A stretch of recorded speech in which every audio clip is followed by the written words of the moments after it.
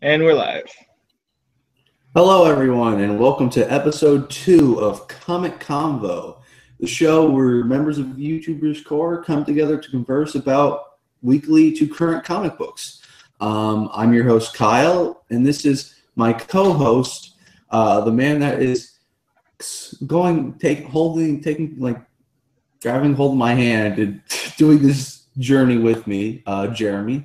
Yep, I'm like the Chewie to Kyle's Han at this point.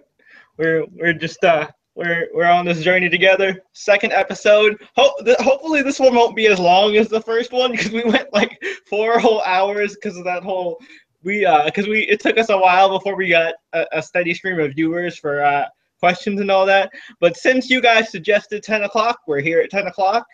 That's because that seems to work for this channel. So yeah, I'm ready to talk about some comics. What about you, Kyle? Absolutely. I don't know about you, but I think this week was a little bit better than last. It was definitely a big improvement. Yeah. Yeah, like I had some problems with a couple books, and we'll get to them. But I had a good week, especially. I don't want to give it away, but I know we don't do picks of the week, but I think the Wolverine books this week for me personally one of my favorites. That was one of my favorites. I actually just read that before we went live, and I was like, "Oh, that is great." That's definitely a contender for my pick of the week. Yeah, it's definitely up there. Also, if you guys are just tuning in and you missed the first episode, basically how the structure is going to go, Kyle and I are each going to go through like the books we read, and then we're gonna talk, and then afterwards this week we're gonna actually have a discussion on Scott Snyder's Batman run because this is the final issue this week, so we're gonna give a little retrospective about that, and then towards the end we're gonna do something a little different from other comic review podcasts where we're gonna actually do the news, but we're gonna involve you guys in it because we want to hear your opinions on the news pieces that we talk about. We've only got 4 major pieces we're going to talk about. A couple of them are rumors, a couple of them are castings, and one of them is some news that I'm sure all of us are excited for in regards to Netflix, but we'll get to that soon. So go ahead, Kyle, kick us off with some comics. and also didn't the X-Men the Apocalypse trailer come out? Yeah. The one that the new one that showed a little bit of Wolverine. Yeah, we'll talk about that also. So definitely, Yeah. and if you guys have any other news topics that you want to hear us talk about, definitely tell us in the comments. I'm monitoring as usual. I know Serena's in the comments. What's up, Serena? How's it going? Hi, Serena. How are you? All right. I guess I'll start off. I'm not sure if you're reading this book, but I am, and this was the first book I read for this week. Oh wait, sorry. Do you want to do DC Independent, or are you just totally fine going? I can. I'll go ahead and just lightning round through my independence in DC real quick, and then we can go into Marvel together. All right. So first off, I've got from Aftershock Comics Super Zero, which is by Jimmy Palmiotti and Amanda Connor. This book is freaking hilarious. Basically, right, the premise of this book is about this girl named Drew, who's a huge comic fan, and she goes through all these crazy-ass scenarios to try and give herself superpowers. So, first issue, she tries to get she hires a homeless guy to mug her parents so that she can recreate Batman's origin. The second issue, she gets beat up on purpose so that and then she collects some. She has her friend collect some spiders so that when she gets X-rayed at the hospital, the spiders can get dosed with radiation, and hopefully the spider will bite her and give her powers. But her friend's afraid of spiders, so she collects ants. So she ends up getting all these like ant bites all over her and stuff. And now she tried summoning a demon. That didn't really work. And then. Currently, she actually managed to sneak on, as you can see on the cover here, she managed to sneak on a rocket ship, and she's in space trying to get a dose of cosmic rays so that she can get superpowers. And I'm not going to spoil what happened in this issue, but some crazy shit happens at the end that I didn't expect to happen. But this book is freaking hilarious.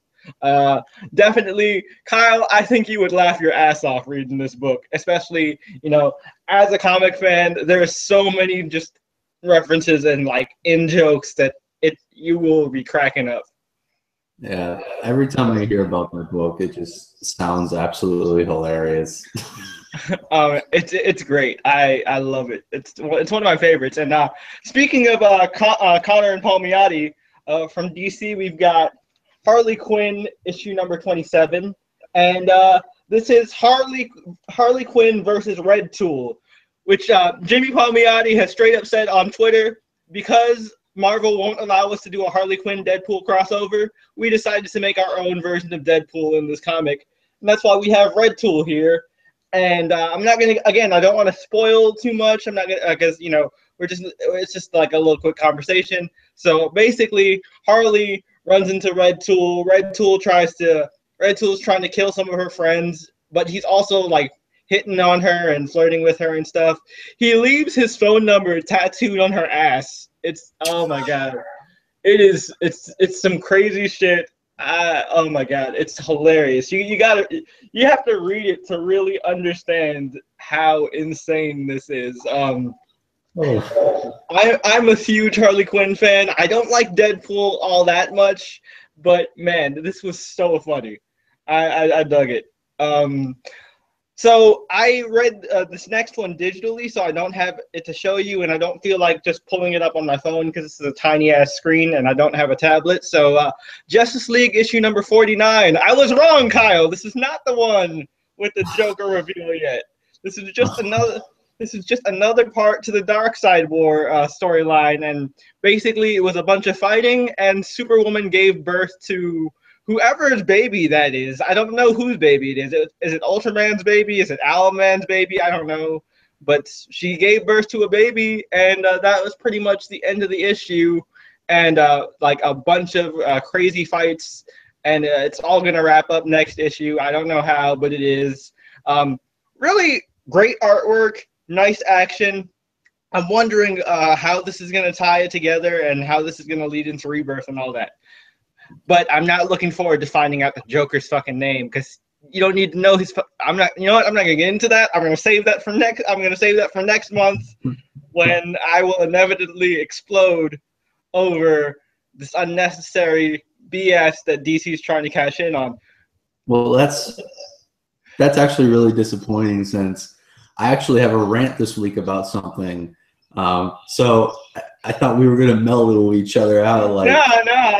This time I thought so too, but I guess not this time. But last but not least, to end DC on a more happy note, we'll talk about this more when we get into the full discussion. But this is Batman issue number 51, the final issue of Scott Snyder and Greg Capullo's epic Batman run, the most consistent and honestly the best series to ever come out of the New 52. And this was just, it tied everything together so nicely, and it also put everything in the right places for this new Batman arc that's coming up for Rebirth. You don't need to read it in order to jump into Rebirth, but I feel like you should, just to get a good gauge of where everything is at beforehand. So if you're just going to jump into DC with Rebirth like Kyle is, and I know you really want to get into Tom King's Batman because we both love Vision. So yes. I definitely think you should give this a read eventually before Rebirth starts.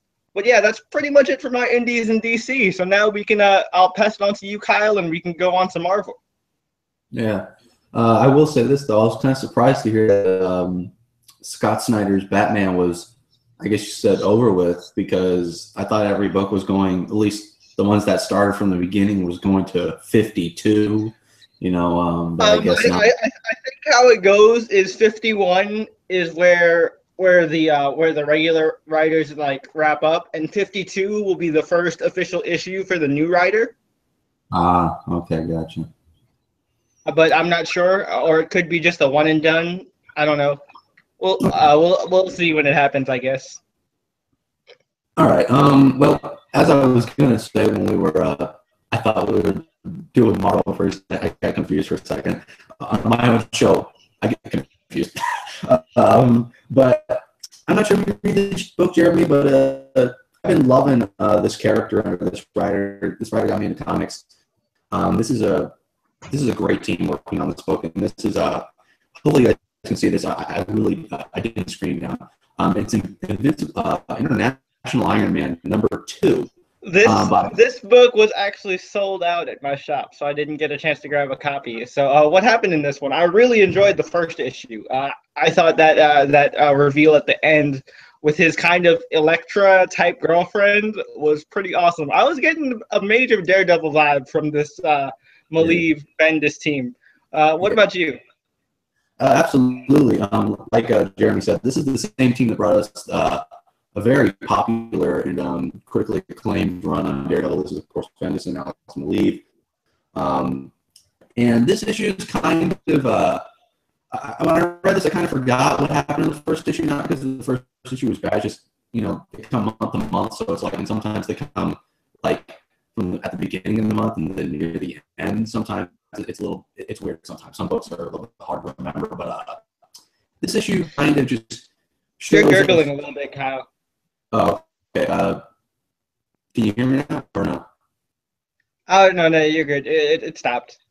Okay, sorry about that. But anyways, this issue kind of picks up where in the past, like 20 years ago, because in the last issue, Hydra kind of, I guess, showed up and tried to kill Cassandra Gillespie's family. That was like a straight up Punisher thing. Like they mowed down her dad. I mean, I think her mom was still alive, but like they mowed down her dad and her brother and everything. It was crazy. Yeah, it was intense. And Tony Stark actually picks up a gun and kills one of them, and he gets shot in the shoulder, and of course, picks up right where that left off. He's kind of bandaged up, and he's in Spain because that's where they took them, and they took him. And for all that aren't reading this book, the Gillespie's are like Stark's rival, like his dad's rival, Howard, or his quote unquote real dad. Gillian did. He has to talk with his mom, Cassandra's mom. It was a good talk, but I don't really have much to say about it. Him and Cassandra have a moment, and then we flash forward to the present. There was also something where I've never read Iron Man like before this. I've somewhat read Iron Man. Like I read like that first arc from Gillian from Marvel Now. I did not like it. I dropped the Gillian run really quick. But what do you need to know? Has Howard Stark ever been this dickish before? Because he's a real piece of shit in this. He's like talking about he's like these European pieces of shit. I didn't read the Gillen run, but prior to that, Howard was pretty chill. He didn't seem like a dick to Tony until Gillen was like, yeah, he's a dick, but you want to know why he's a dick? Because he's not Tony's real dad. Because he went to space, and there was some weird shit. I don't even fucking know, man. Like, I gave up on that. Okay, it was so weird. And Greg Land drew most of that, and you know how I feel about Greg Land. Yeah, I feel the exact same way, especially when he drew Spider-Man. That made me mad. But so I guess. Okay, so I thought that was kind of the same thing. Just made him a dick for no reason. But okay, so it seems like he's just doing stuff that just to try to make it work from what Gillian did. So, but yeah, he's a bit of a dick in this. I couldn't stand him. But then we flash forward to the present where Tony's armor's kind of weakened after a fight he had with these armored guys, along with they have like big giant Iron Man armors, and they're terrorists. It looks like weapons dealers, and Cassandra's there, and man, she has changed. She has like an eye patch now, of course, and she does not give two shits about Tony at all. Like, she's like, if you get in my way, I'm going to ruin your life. And she's like, you have people you care about now, and I will make it look like you killed them. Like I'll kill them. That's reminded me a little bit of Black Cat right now, how Black Cat is towards Spider-Man. Yeah, and we're getting some intrigue on who the father is at the moment, where she's, he's like, yeah, I know, I want to know who my dad is, my real dad. And, it's just shrouded in mystery. And it seems like whoever Tony's real father is really important.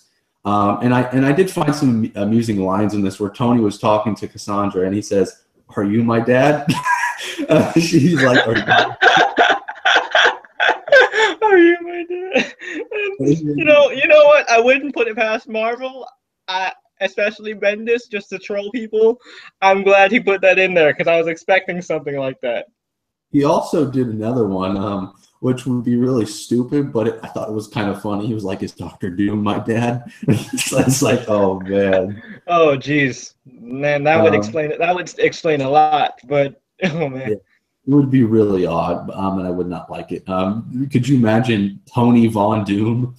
Oh man, could you? That would just be crazy. He's like, well, I mean, I've always thought Reed Richards was a dick, but I didn't know it was hereditary. But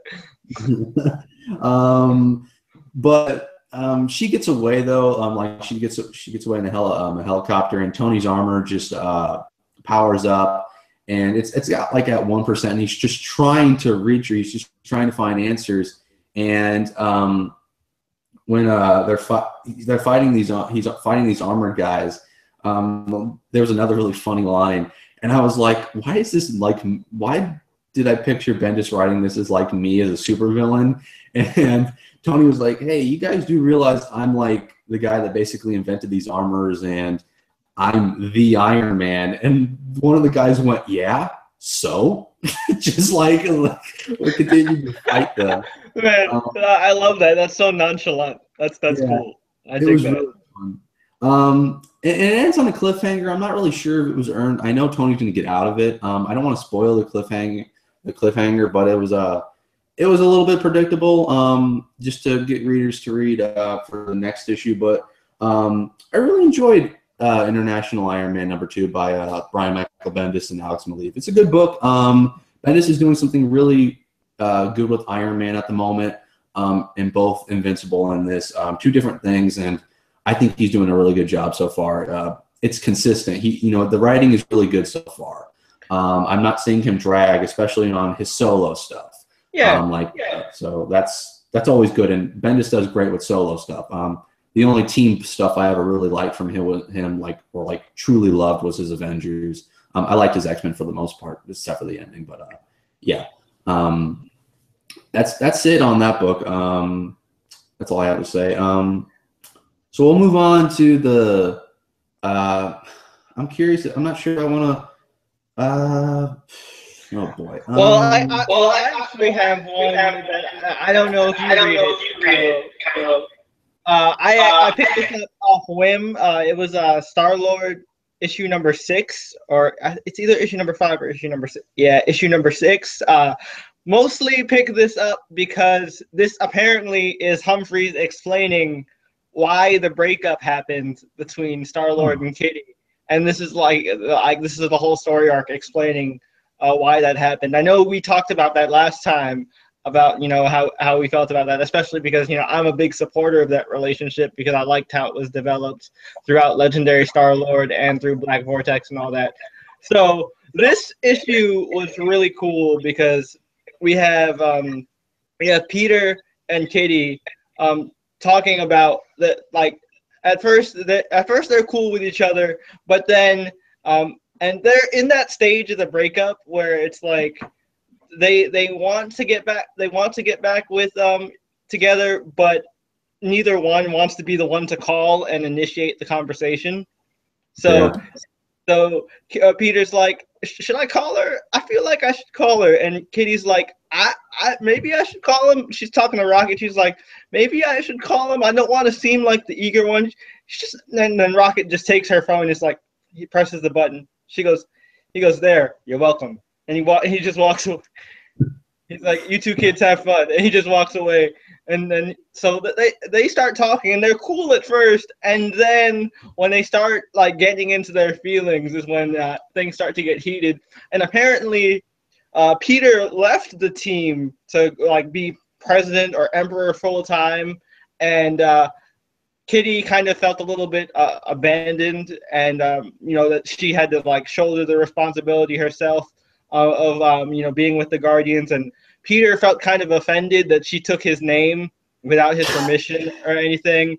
He's like, that's my whole thing. I built a whole reputation as Star-Lord, and then all of a sudden you just think you can be Star-Lord. You take my jacket and then and wear my mask, and all of a sudden you think you're Star-Lord. And it's just like, well, there needs to be a Star-Lord out there. He's like, dude, it's a birthright, it's not one of your X-Men code names, okay?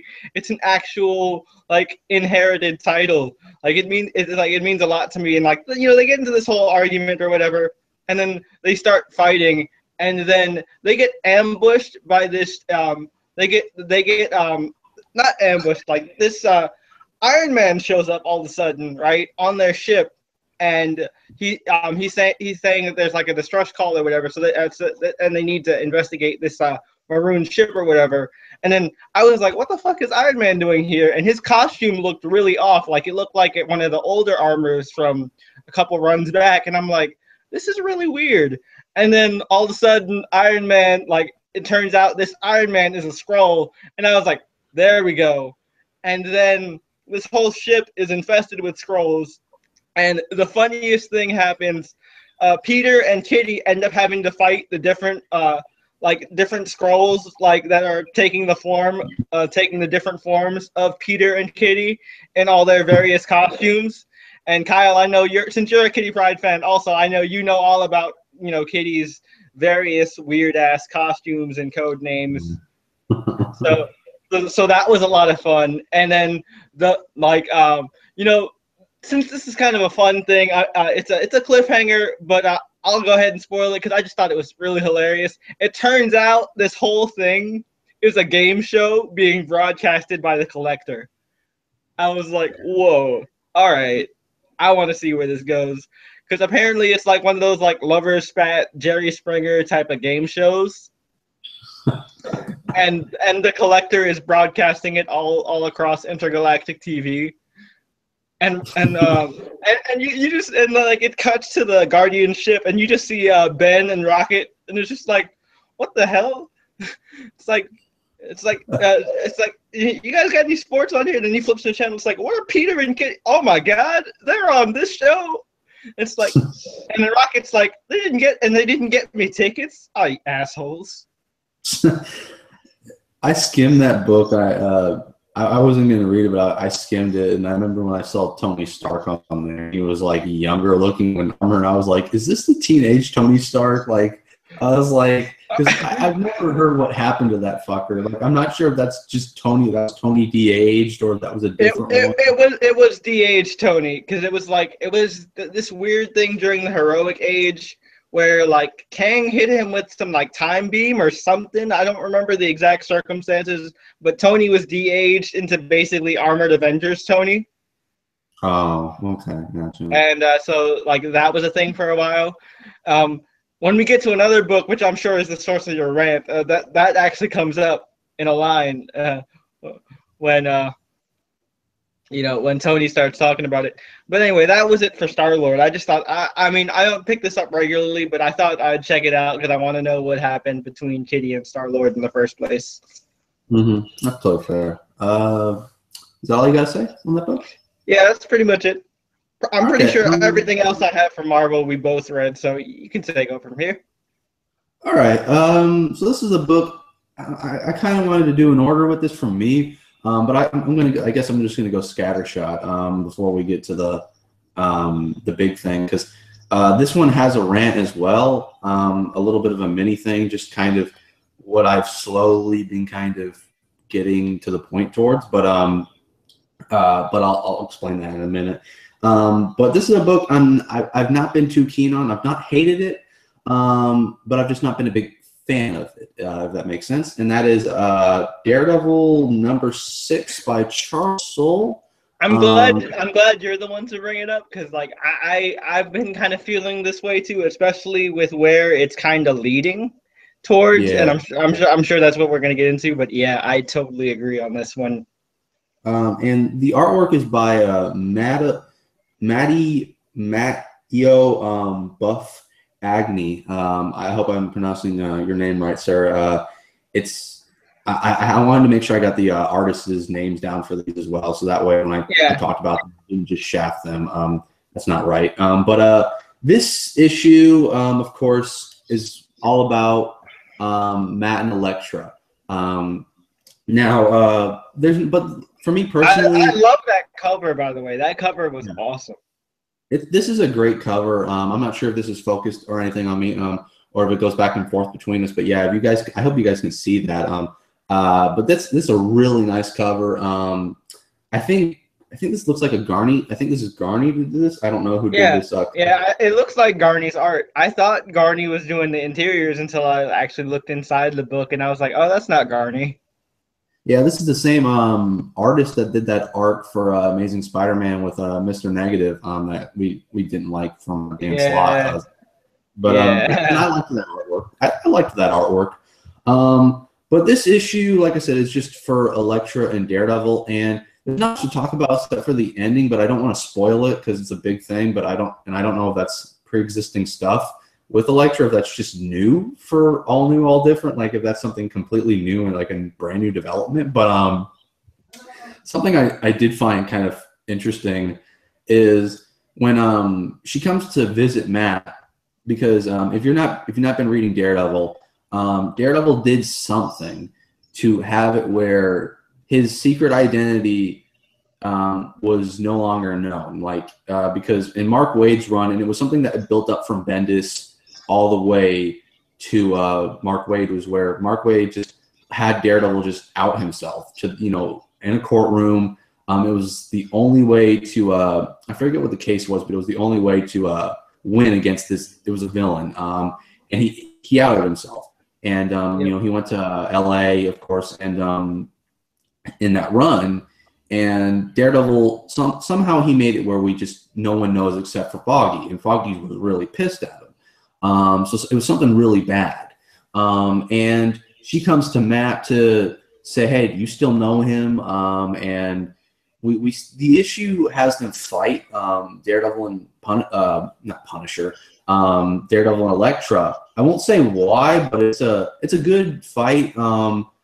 But the ending is just something that there's a reason. She's looking for something. She's looking for someone. And I thought this was weird because even before, like even with this whole memory wipe thing, I would think Elektra is one of those people that already knew beforehand that Matt was Daredevil. So like, why would she forget? Exactly, and it was weird. Like Charles Soule brought up something that I thought was like really interesting for the most part, where it's like, he's like, she thinks she was dating both Matt Murdock and Daredevil, like differently. That's kind of, that was a little And in case you guys are wondering what we're talking about with like the why we have a problem with it as a whole to where it's building, there's this whole thing that Kyle alluded to before with the whole memory wiping thing. Sounds a little familiar, doesn't it? And if it is what we think it is, I really don't want it to be this way, especially because like with what Waid did towards the end of his run, it really opened up the doors for Matt. And I know Matt, his character, his stories, are usually at their best when he's going through some shit. But come on, man, like I really liked Kristen as a girlfriend, or Kirsten, however you pronounce the girl's name. But she was awesome. I don't understand why you got to cut her completely out of it. She was cool. Yeah. But yeah, I hope this isn't a fucking Mephisto deal. Like, this better not be a Mephisto deal. Exactly. I'm coming in good. Oh yeah, no, you're fine. You're fine. I just paused to let you talk. Okay. I just want to make sure, but like that's my biggest worry in make or break. But I do have a mini rant involving this book with the artwork. There's something else I'll bring up later when we get to another one, but this is something that's been sort of boiling over. It's something that's always been there with Marvel, but it's started to become a major issue, like more so than it used to be, and I'm starting to notice. I don't know if you had this, Daredevil looks and has since this book began, for All New, All Different, looks like Charlie Cox. He doesn't have red hair anymore. If you've never read a Daredevil comic and you just watched the Daredevil Netflix show, Daredevil is a redhead. He's a ginger. In that book, he doesn't have what the hair color Charlie Cox has. And in this comic, he has that hair color that Charlie Cox had. He's not a ginger anymore. And I know it's not something to complain about, but also he looks exactly like Charlie Cox. The Daredevil outfit looks like, especially with the helmet, looks exactly like the season 2 one. And this is kind of something that I'm starting to get really ticked off about. And I know everyone's like, well, wow, you were late like 3 years for this, but it slowly was building up for me. Like, it started with Marvel Now. Yeah, I totally get what you're saying. Sorry to cut you off. I didn't mean to do that. But yeah, like even DC is also guilty of this, like lining up their costumes with the shows and the movies. And there was this annoying ass period of time in the beginning of the New 52 during David Finch's run on Dark Knight, where he had this arc with Bane, and this was around the time where Rises came out. So Bane was looking like this, and he had the mask and everything. And I was like, what the? No, where's the luchador black tank top Secret Six Bane that was awesome and intelligent? No, you got this fucking wannabe asthmatic Darth Vader, like, weirdo, deformed head. Like, what's going on here? And then, like, the Flash costume is, like, it looks exactly like Barry's, but with more lightning on it for some reason. But it's weird. I have that problem too, especially in the beginning. Like you were saying with Marvel Now, when they started to like movie eyes, or like kind of sync up the costumes with the movies, especially with characters like Black Widow, Hawkeye, Cap. The big ones that were part of the Avengers. Yeah, like some of them I was okay with. Like I will always love Hawkeye's original look. I like the one that he's had since then. It's kind of grown on me. Like, in Cap's whole like helmet look has grown on me.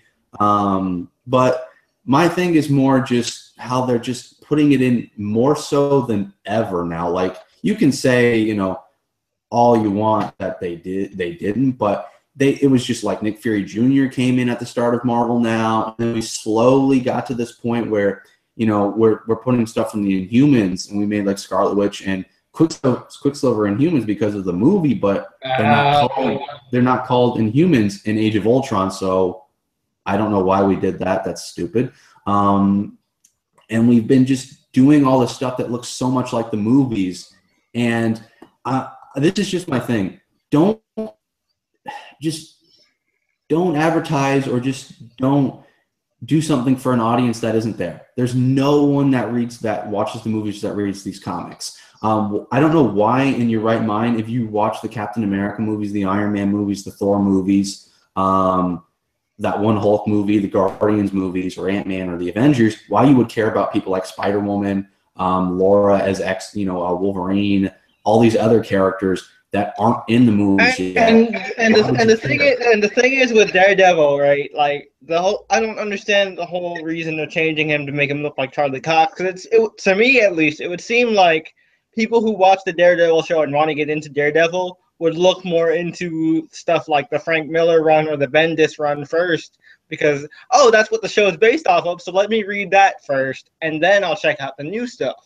It doesn't. Exactly. I don't think they would be like, "Hey, I'm going to check out the latest Daredevil comics." Since I just Googled it, and there's a current comic going on now that started at an issue 1, and because it's a number 1, I should be able to jump on, even though you would be totally lost if you jumped onto that number 1. Yeah, and I'm not saying that like some people that watch the movies don't just pick up and read these comics that we read, but like, why don't you just put out a line for the movies? Like, there was a Captain America Road to Civil War thing for like the New Avengers team that was in that movie. And I'm like, why don't you just put out a movie line and just do the movie stuff there? Yeah, I never understood why they never did that type of stuff, and they didn't actually make like MCU canon comics. I mean, like, DC had the right idea where they made Arrow Universe comics and Flash Universe comics, where fans of the show could read those and not be confused. And they even have a Supergirl one going now. So I don't understand why Marvel doesn't just put out like comics that are connected to the movies for movie fans who want to try reading comics, and then maybe we'll branch off later on. Yeah, exactly. It's just we're getting to that point. And sorry, I'm looking at some of the comments. Yeah, but it's just I don't know. I'm getting really aggravated with it now. Like this is my first year, but I'm just starting to it's starting to get annoying. Like it's different with costumes and doing costumes at the time, but it's just starting to look too much like the movie universe, and I'm just getting a little bit. And it's weird. Marvel always does it. Like they always go 50-50. Some things are comics and some things are movies, and like you just need to pick one. If you're just going to do the movies, I'm jumping off, or just do the comics like full blown. Stop being like the movies. Let the movies be the movies. Let the comics be the comics. Let the TV shows be the TV shows. But that's all I gotta say. I know it was a rant that's everyone's been saying for like past like 5 years, but I'm just starting to I don't know. It's cool. It's cool, man. This is our show. We can rant about what we want to rant about. Yeah, if I want to rant about cheese, I will. God damn it. So I guess off of that, that's all I gotta say. That was a little minute rant, just a random one. But to make things very much light and fun, I want to talk about a book that I didn't read the previous run, but I've been loving this stuff. This book is this book, like nothing else, just brings a smile to my face and makes me laugh. And I thought this was really good. Miss Marvel. Oh my God, that Willow. This is written by G. Willow Wilson, and let me look up who the artist is so that way I can give them credit. I've got it on me. Hold on, let me just flip to the page. And Actually, Leon, it looks like. Yeah, this is by the way, this is a really disturbing cover when you really look at it, because it's Kamala being eaten by a giant Kamala and surrounded by a bunch of like little Kamalas, and it's weird. It's not gonna lie though. I think this is the final part to the arc.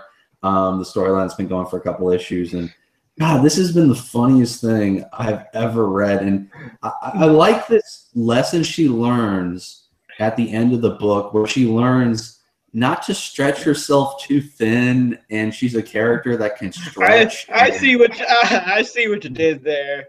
Yeah, I thought that was a nice thing. Like she has to learn how to prioritize and say no. I love that's and I know some people like that's really not a that's a thing. I've said this multiple times with Kamala ever since her series first started. I believe that she is this generation's Peter Parker, because very very much like the stuff she's learning now is very reminiscent of the Lee Ditko stuff where Pete was learning the ropes of being a hero and balancing school, life, and family, along with being a hero and interacting with other heroes and stuff like that, and being fans of these heroes as well. And I think because Kamala is, of a new generation where heroes are more popular and more accepted, I feel like this adds another element to it, especially with her fandom towards being a huge Avengers fangirl, and of course the Captain Marvel fangirl, and that definitely comes into play here, and it was really sweet. I liked it a lot. Yeah, it was a nice issue. Her brother got married, and Iron Man and Captain Marvel. I just kind of want to point this out. For all of us that know, they're going to be totally duking it out in Civil War 2, which I'm optimistic to apprehensive about. But the concept seems interesting. And I'm skipping out on this one, so Kyle's just going to be your Civil War correspondent for the show. The only thing Civil War I'm reading are the tie-ins to the books that I'm already reading. So Kyle's going to be reading the main event, and he'll cover that for you guys. Yeah, I didn't want it to happen, but I'm like, I'll at least give it a shot. Like the sequels can improve upon things, and it's not by Mark Millar; it's by a better writer, at least to me. So we'll see. It could be great. It could be bad. Bendis wrote an issue called Civil War Confession, which actually was a talk which was an issue just that had like Captain America and Iron Man side, and it was That really good. That was pretty cool. I enjoyed that. It was the best issue I think Civil War ever had. But they actually appear in this issue together, and this is this only for those that don't know. Like I said, yeah, they're going to be duking it out. I think next week is the 0 issue for Civil War. Because it's coming out on Free Comic Book Day. So this week, so next weekend will be. Actually, since Free Comic Book Day is on a Saturday, it'll actually be on the day of next episode, so we can talk about it then. Yeah, exactly. And this is the second time, to my recollection of everything I've read, that these two characters have met, like in all new, all different universe. They met in it's still the same Marvel universe, but of course, very much different. But they met in Spider-Woman. I think it was the first issue for Dennis Hopeless's run. And of course, she's like, "Hey, go ask Jess who the father is," and he gets like a. I remember, and there was also that one part in the issue where Jess flipped out on Tony because Tony ate her sandwich that was in the fridge, and she's like, my name was on it, Stark. You don't touch a pregnant woman's food. Oh, wasn't that? I thought that was Mockingbird's book because of the. Oh yeah, I think that was Mockingbird. My bad. I don't know why I flipped. I was thinking Shield Agent, my bad. I don't know why I sometimes confuse Jessica Drew and Bobby. It happens. It's totally fine. They both dated Clint, and they're both like secret agents. But this is the second time they've met, and I'm not sure if this is foreshadowing for Civil War II, or if this is just like a parody of like two parents like arguing over like their child, like two parents that like are divorced. I feel like it's a little bit of both, but also, I don't know, for me, that part of it felt kind of forced. You know what I mean? It was like weird. Like Tony just comes down, Carol's like all really like a little bit mean to him, and I'm like, what? Why is Carol like getting on him? And I'm like, and when Tony's like, yeah, bye, and I'm like, okay, bye again. All right, are you gone? Are you gone yet? Bye. Yeah, it was so funny, but I love that both of them like are just like caring parents, like on both sides. Like, and I love it's the best panel where Iron Man is like, "It's okay, kid," and just hugs. Oh man, that scene where he gave her a hug, I was like, "Oh, Tony does have a heart. His heart grew 3 sizes that day." Yeah, and it just goes to our thing of Tony's just been awesome for all new, all different. Miss Marvel, number 6 was excellent. Also, we got an appearance from everybody's favorite hipster Viking. He shows up here, and hold on, I love what Bruno uses to summon him. He has like a pentagram. Hold on, I gotta find the page because it's freaking hilarious. So where is it? I will find it.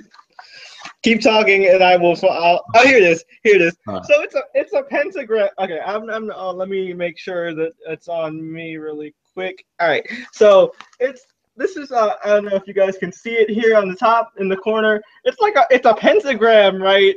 And on each corner of the pentagram is like one of those like soy non-fat lattes that hipsters drink, and they try to summon Loki, and he actually shows up. And I love Bruno's girlfriend, Max. She was like, "Oh my God, he really does look like that one actor guy." That was great. I just want to bring that up because that was hilarious. I was cracking up when I saw that. Mm-hmm. And did you think it was hilarious that like Bruno makes a T-Rex and they start eating Kamala's like clothes or like that was awesome. I love that little Godzilla reference. That was great.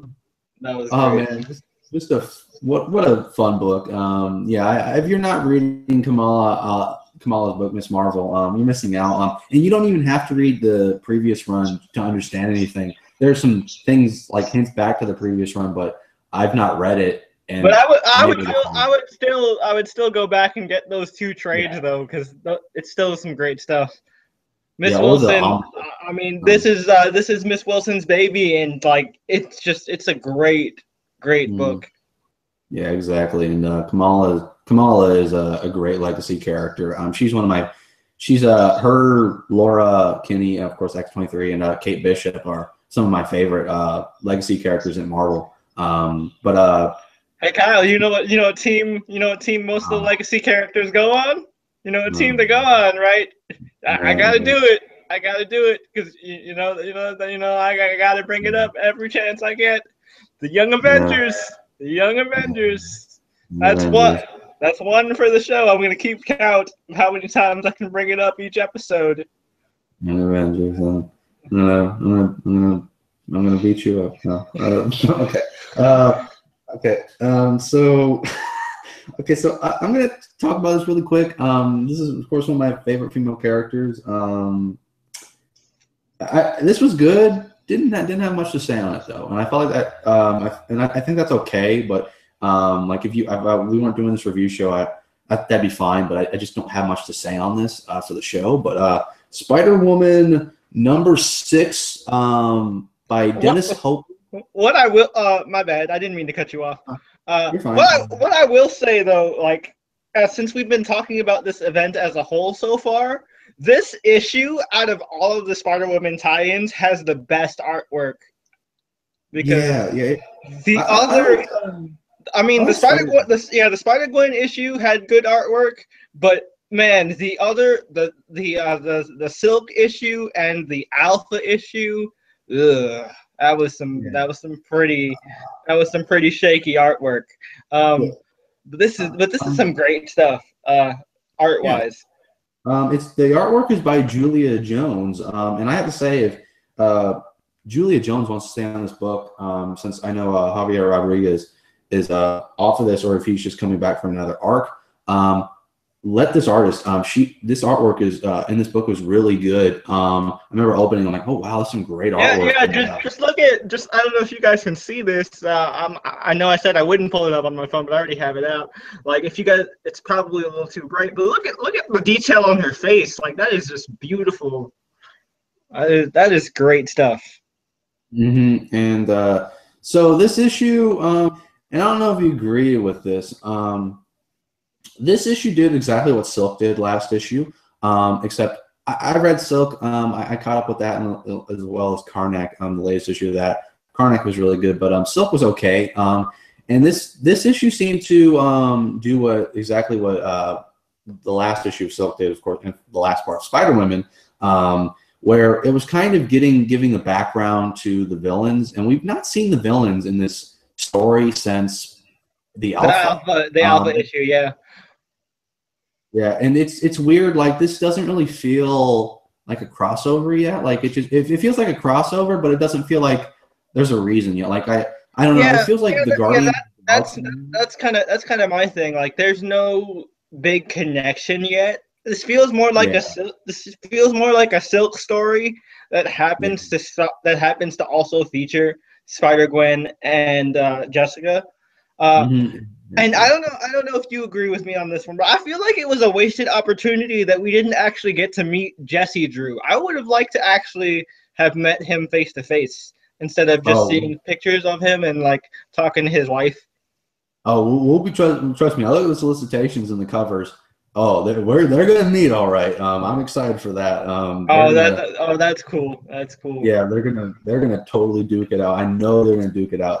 So Kyle, I got to ask you this question. So since I know you have a big crush on Jessica Drew. So does this mean you have a man crush on Jesse Drew? Like, does that just reciprocate, or? I don't know yet. I haven't seen him. He could be really. I don't know. He could be exactly like her, just a dude. I don't know. We'll see. He doesn't really jump out at me as a character I would care about yet, because Jessica is a really good character, despite his character in the comics. But I love her just as a character. Jesse Drew, just which is of course for those not reading this stuff, is the Earth 65 version of Jessica Drew. He seems kind of generic. This background at the moment, like, because that's what this issue was like I said last week with Silk, where it's exploring the villain's background before we get them. And like he's got her version of the 65, like Earth 65 version, like has a wife and 2 kids, and the wife thinks he's an accountant, and of course, like Jessica comes in and like investigates, and the wife gets into a fight with Jessica. She doesn't hurt her or anything like that. And like, that was a pretty badass moment where she pulls out the gun and she's like, "Of course, I knew he wasn't a fucking accountant." Yeah, yeah. And I will say this: the best thing in this book is Earth 65.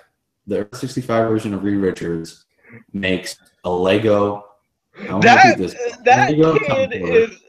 kid is awesome. I want that Reed Richards just to stick around because he made a Lego, like Kyle was saying, he made a Lego interdimensional portal. He made an interdimensional portal out of freaking Legos. You know what I made out of Legos as a kid? Planes, a sword, and a boat. I had trouble making the boat. Like I could not build an interdimensional portal with just Legos. I also love Jessica's when Jessica trolled them when she steps through the portal and she's like, ah, and Gwen and Cindy freak out and she's like, I'm just fucking with you, it's good. And they're like, that wasn't funny, and then Reed was like, I thought it was funny. Shut up. Yeah, I thought funny. Yeah, he's like, shut up, Reed, get the fuck out of here. The issue does end with Jessica getting in the cab and saying, Mama's coming. Mom, she's coming home. I love the breast milk joke where it was where they're going through, where Cindy's going through Jessica's bag. She's like, what's with all the guns? It's like, yeah, well, his wife gave me the guns because she didn't want them in the house or whatever. And she's like, did she also give you an extra to-go milk bottle? She's like, no, actually, that's breast milk. I had to pump on the way here. And Cindy's just like, ew. And Jessica said, just like, grow up, Cindy. Come on. I think Kyle throws out. We lost Kyle. Oh, no. Well, but Spider-Woman as an event so far, it's been okay. It hasn't been the greatest thing ever, but I really enjoyed the improvement on the artwork, and it's always fun to see what kind of shenanigans Jessica gets into. I guess until Kyle pops back up, I can quickly talk about, to stall for time, I can talk about a Marvel book that isn't connected to the Marvel universe, and that's Star Wars issue number 17. No, it's 18 actually. What am I doing? It's written by Jason Aaron, and the art is by Lionel Francis Yu. I like Yu's artwork, but it's a little weird comparatively to like Stuart Eminem and of course John Cassaday. This continues the Rebel Jail story arc, and it's I'm not feeling it, you guys. Like, this is just really boring story arc to me personally, and mainly because it deals with the character of Aphra, who is like Darth Vader's henchwoman, and I don't really care about her. I just want her to die. And you would think that a story arc that's like basically Prison Break with Star Wars would be awesome, but it's just not really doing it for me. I don't really have much to say about it, but I'm still gonna read this because it's the main Star Wars title, and I trust Aaron because Aaron hasn't let me down yet in terms of comics. So I'm gonna keep reading it, but so far this arc isn't really doing that much for me, story-wise. Well, while we're waiting for Kyle, I guess I can go through the comments now. Let's see what we got here. Oh, DNGN's also with us. What's up, DN? DN says, a scroll version of each identity of Kitty. I'm guessing there were a lot. Yeah, there were definitely a lot. Oh, and Kyle's back. Yay. I didn't have to stall for that long. But what else we got? Serena asked, well, when is Big Bro join? When is Big Bro gonna join? Well, Chris is still behind on his books, Serena. So Chris is gonna join us whenever he can. Whenever he's fully caught up, you'll see him obviously come onto the show and be a regular member for this. But for now, me and Kyle are holding it down. Oh, I was just reading comments while stalling for time while when you popped out. Okay, I'm sorry, guys. I completely lagged out. I don't know. I'm sorry about that, guys. Did you read all the comments that we got? No. I was just going down it right now. I only read like 2 of them. Yeah, go ahead and read. Let's just go ahead and read off some of the comments. Since we've been doing the show for like a couple minutes, and then I'll get into the next book since I lagged out. All right, cool. So I just went over Star Wars to stall for time, just so you know. Okay. So Serena says San Francisco, Kyle. That's the other city where Matt is allowed to practice law, not LA. Wasn't only okay. Gotcha. And then she also says, please no Mephisto.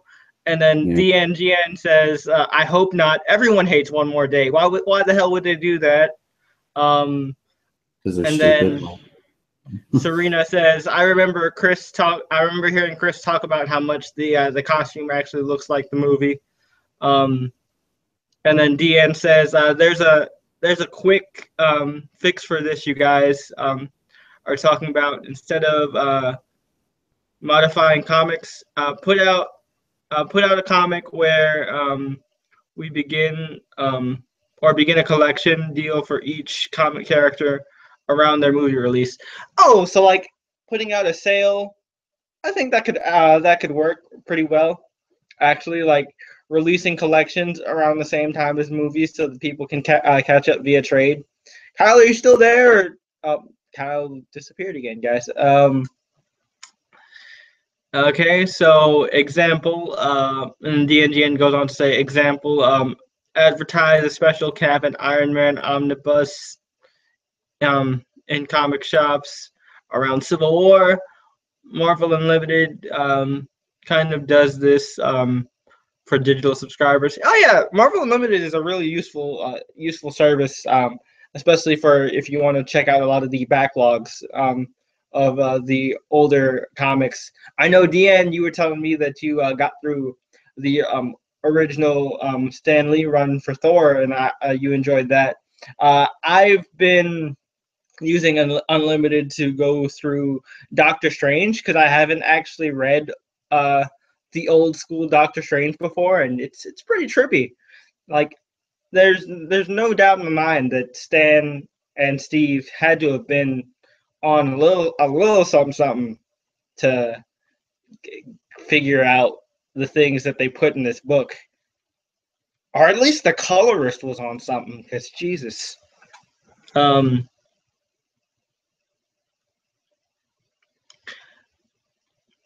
Serene says, Jay, stop cutting Kyle off, dude. There's a delay. Like, I don't know what it is. Like, with Google Plus, there's this delay. Like, where, like, we don't know when each other stops talking. So, like, I'll cut Kyle off, and Kyle, it's weird. I don't know. Hopefully Kyle will be back soon. And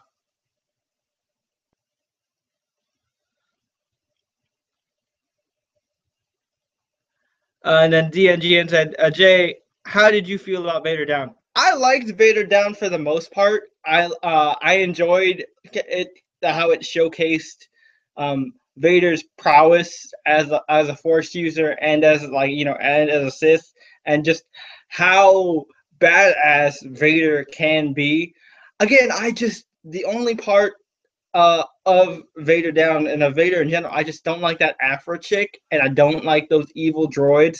The only thing I enjoyed was seeing Chewbacca beat the crap out of that the evil C-3PO, and of course the R2 versus evil R2 fight. I'm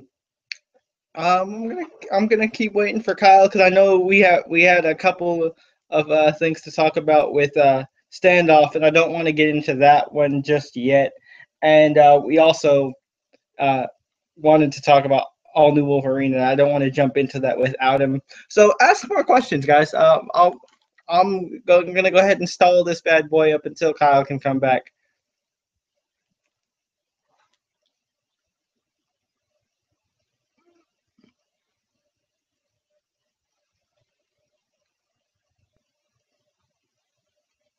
Huh.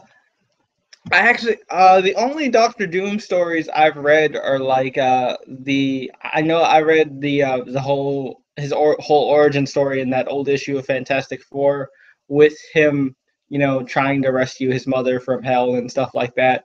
And of course, I read Triumphs and Torment after seeing the back issues episode that Comic Pop did, because that seemed like an awesome story, and it really was when I actually went back and looked at it.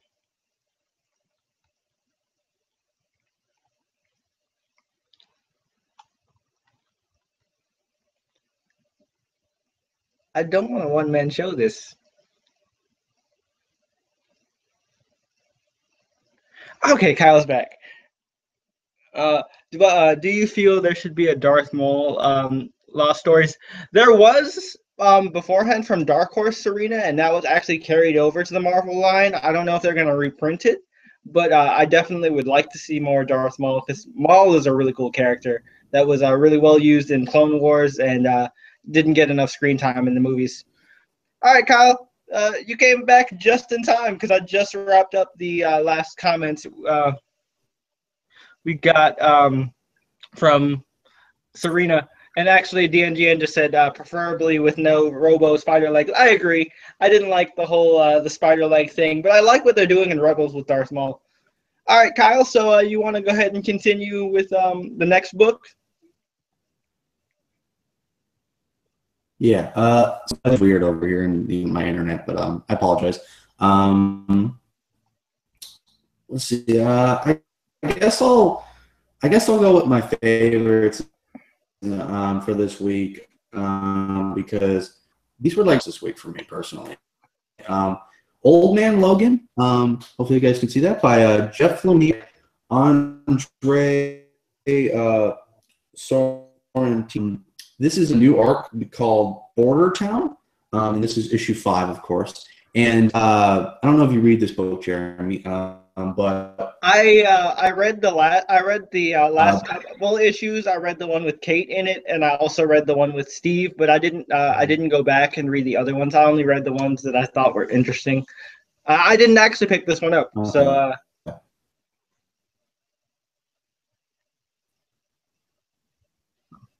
Okay. So. My bad. This whole delay thing.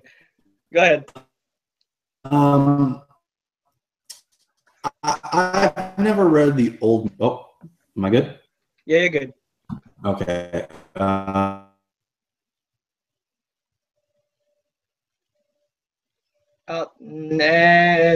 right. I've never. I thought you froze because you're not moving on my screen.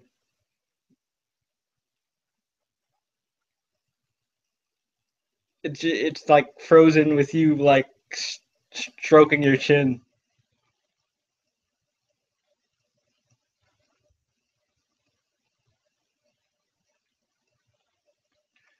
I'm pretty sure he's frozen now. I'm not entirely sure. Kyle, you still there? Yep, frozen. Google Plus, ladies and gentlemen. Google Plus. All right.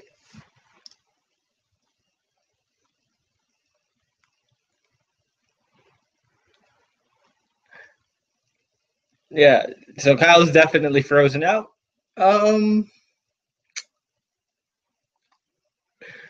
Awkward silence. Yay, my favorite part of Google Hangouts. Oh, never mind.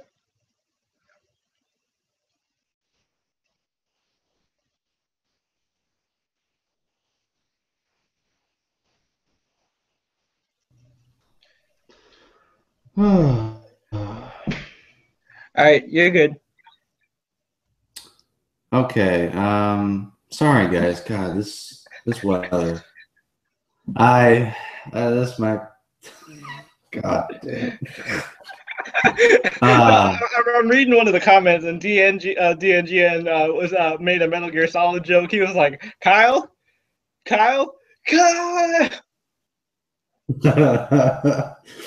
Man, I'm sorry, guys. This shit is annoying. But this, now I don't even want to review these books. Yeah, this book's this. You see that, Google? You threw off Kyle's groove, Google. See what you did there? You threw him off. Way to go. And goddamn weather and all this internet shit. But you done fucked them up. Yeah, it done fucked me up. So yeah, Old Man Logan, number 5 by Jeff Lemire and Andre Sorrentino. This arc is, like I said, border time. So this arc, Logan takes a leave of absence from Rogue's X-Men team and goes way up north to a small town. And at first, I had no idea why. Kind of Lemire leaves it like a little bit of a mystery why he's there until the end of the issue, but it's very much somewhat in a way linked to the past with this version. We actually get a flashback of after Logan killed the X-Men, he tried to kill himself. He actually put himself in front of a train and tried to kill himself. And the train just hit him. He's like, yeah. Oh man, so he basically tried to pull a Heroes with what Hayden's character was trying to do, testing out her abilities and stuff. Huh. Yeah, exactly. He tried to off himself just because he just it's just like after you kill the X-Men, in your character like that, just what does it do to you? It'd be like if Captain America killed the Avengers. It's just like it would really mess with you, or even if you were a normal person and killed people you really love, but. So he's in this town though, and we get flashbacks more to where this Logan was, and he wanders for a long time. And I didn't read the Secret Wars stuff, but there was his wife, Maureen in that, and this is where they first meet in Weapon X actually. And he says, I was going to the place that caused me the most pain to hide out, and that's where his wife is. His future wife that, of course, died in Secret Wars and all of that. And goes to this town, of course, for one reason. Because his wife is a little girl there. And he just wants to make sure she's safe because he said, I could always tell she grew up having a hard life. She just had a hard life. And he's like, I want to make sure I'm there to take care of her for as long as I can. And that was really sweet. It was a really human moment. That's sweet, but creepy at the same time. Yeah, he's not being a pedophile. He's he's not trying to date her or anything. But she's a little girl. But I don't know. It's just I can't date this little girl because I'm 1,000 years old. And that's just wrong. But that's the thing you run into. Even if you're 20 years old, that's the thing you always run into with characters that are hey, 1,000. Hey, it worked for Colossus, right? Wow! Oh my God! Yeah, but this was a nice issue, and it ends on a really exciting cliffhanger. I won't spoil it, but oh man, I hope Lemire's going where he's going with this, where I think he is. This was exciting.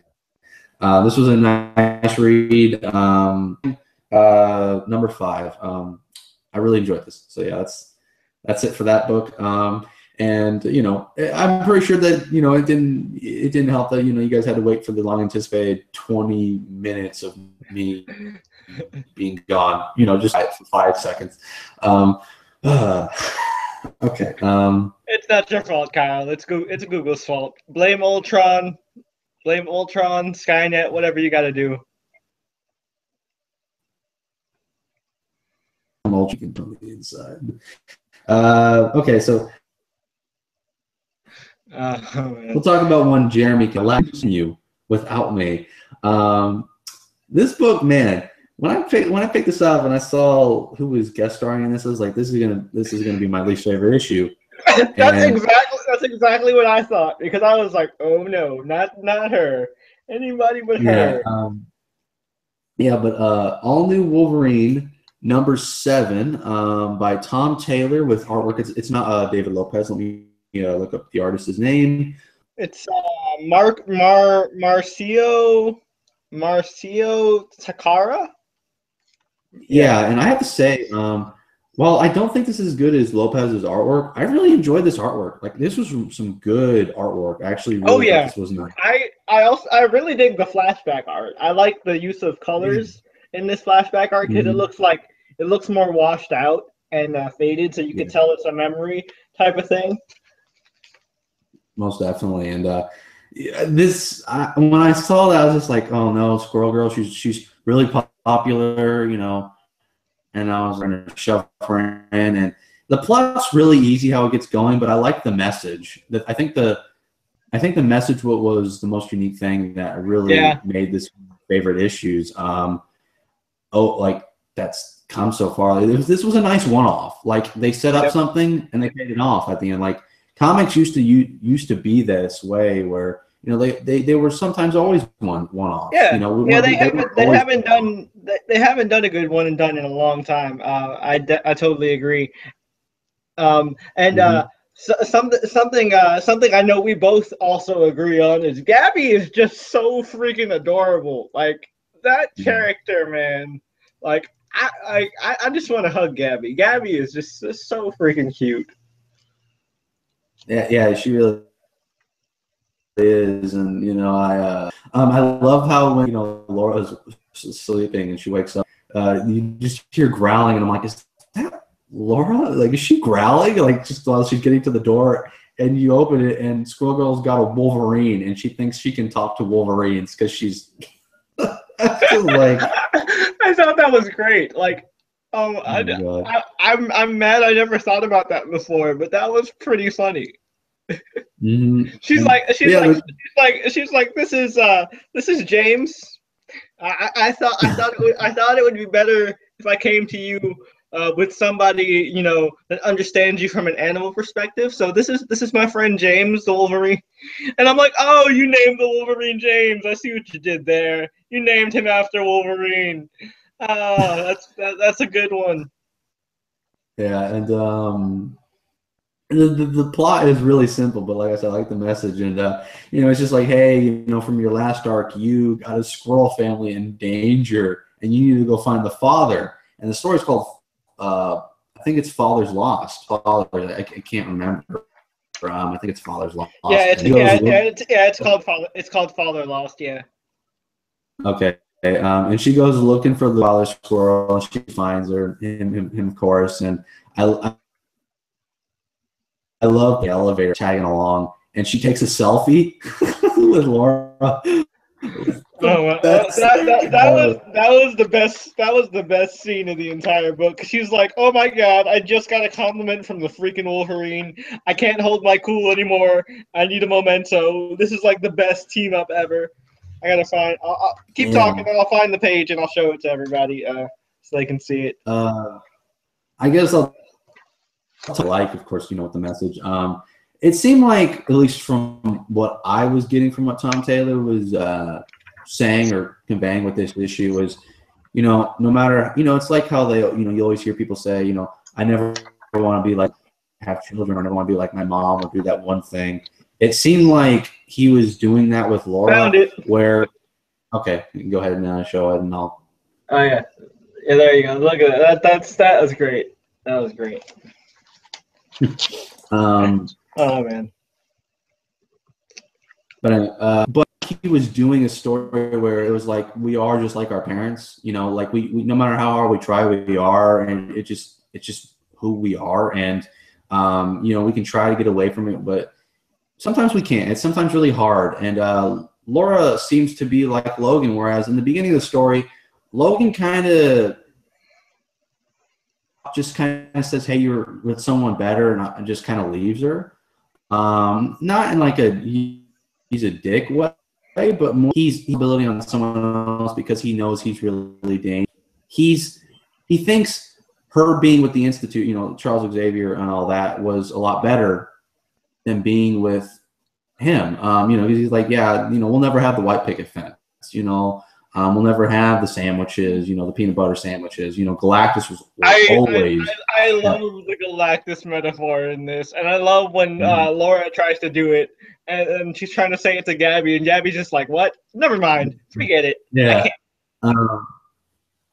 But Gabby learns that just not Gabby. Laura learns that, just to go a different way, like, learn from her father's mistake, I guess you can say, and says, Gabby, I won't, like, because she in this issue she's like, hey, you're just a guest, like you're just a guest until I can find someone to take you in because you deserve better. And she realizes that better is with her, like Gabby trusts her, and just like, Laura trusted Logan, and the difference is Laura made a difference. She did something different. She went from what her father did. I really liked that. It was a nice way to bookend it for that character. It was nice. Oh no! That's a nice one-off, and I think it's in next. I think. Oh, okay. Like you froze for a second. I got scared that you're gonna get kicked off again. Oh boy. Where did I off? You left off on you were saying that it was a nice way to bookend for this character, and then for froze, and then you came back in the middle of a sentence.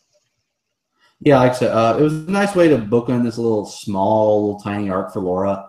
So yeah, it was a nice issue, and I think the next one is with Dawkins. I think. Oh God! I assume.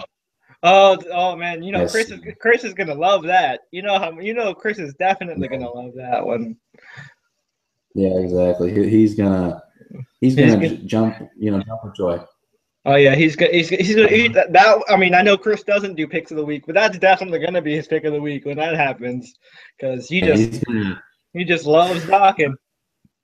He's gonna jump up in the air and go, yes. He's gonna have a great time with that. His reaction to that issue is gonna be the same reaction he had to the Doctor Strange trailer, and Chris is probably gonna smack us after he sees this, but it's cool. I still wanted to get that joke in.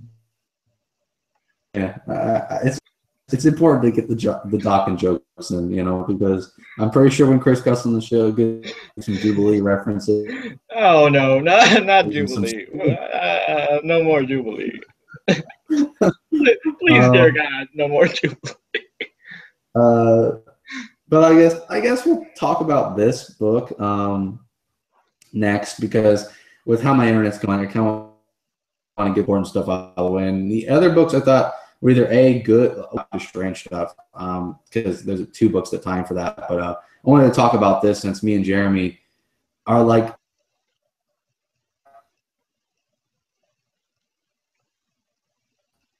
Hold up, yeah, you cut. Same opinions. Hold up, you cut off right before you started there, Kyle. What were you saying?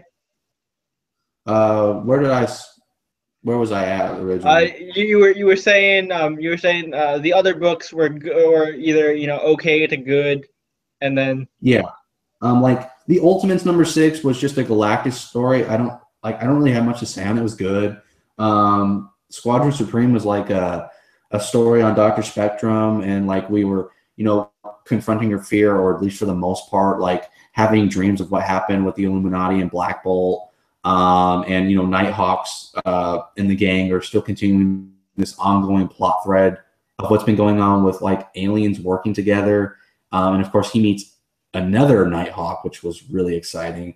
And the issue ends, of course, with Dr. Spectrum coming face to face with Black Bolt, and like I'll get to the Doctor Strange stuff, but those 2 I just didn't have much to say on. They were good, but I don't have much to say on those. But like. The one book I just really wanted to talk about, though, was a book that me and Jeremy are the only 2 that really I seem to notice have the same opinions on, and that is Avengers Standoff Assault on Pleasant Hill, Omega #1, by Nick Spencer, with artwork by Daniel Acuna, and I'm not sure who the other artist is on the book. But I will look. I'll look right now. I know it was here. So usually, why is it not? Why is it never in the first page anymore? Jeez. Hold up. I'll keep talking. I'll let you know when you pause, and I'll fill it in. All right. So this is the this is the conclusion to the big. Well, not the big. Marvel makes it seem like it was big.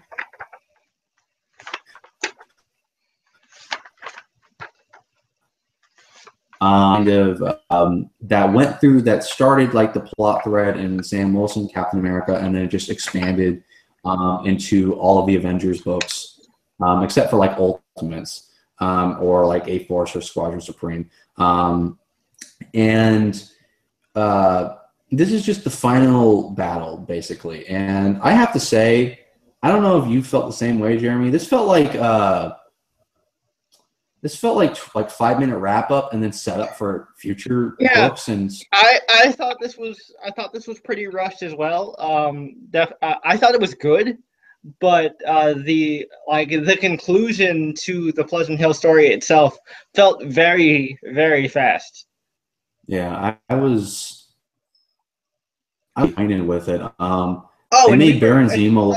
And also, we were totally wrong about the returning cosmic character. It wasn't Mar-Vell. It was Quasar, but we got a new Quasar, which I thought was pretty awesome. Oh, yeah. Yeah, I would have been more excited about that if it was a character I liked. She's not really a character at the moment, and it seems to be Marvel's been doing that with their all new, all different. Some characters that they've been creating for this they're just not characters. Like Synapse and like the Uncanny Avengers book, that Inhuman, she's not a character and she's not interesting, and I don't know why I'm supposed to care about her. But like in this one here, like I don't even know her name. Like they've said her name multiple times. I don't care about that character though, so it's like I can't get excited that she's like the new Quasar. I don't even know her name. I just know her as random SHIELD agent that works with Sam sometimes.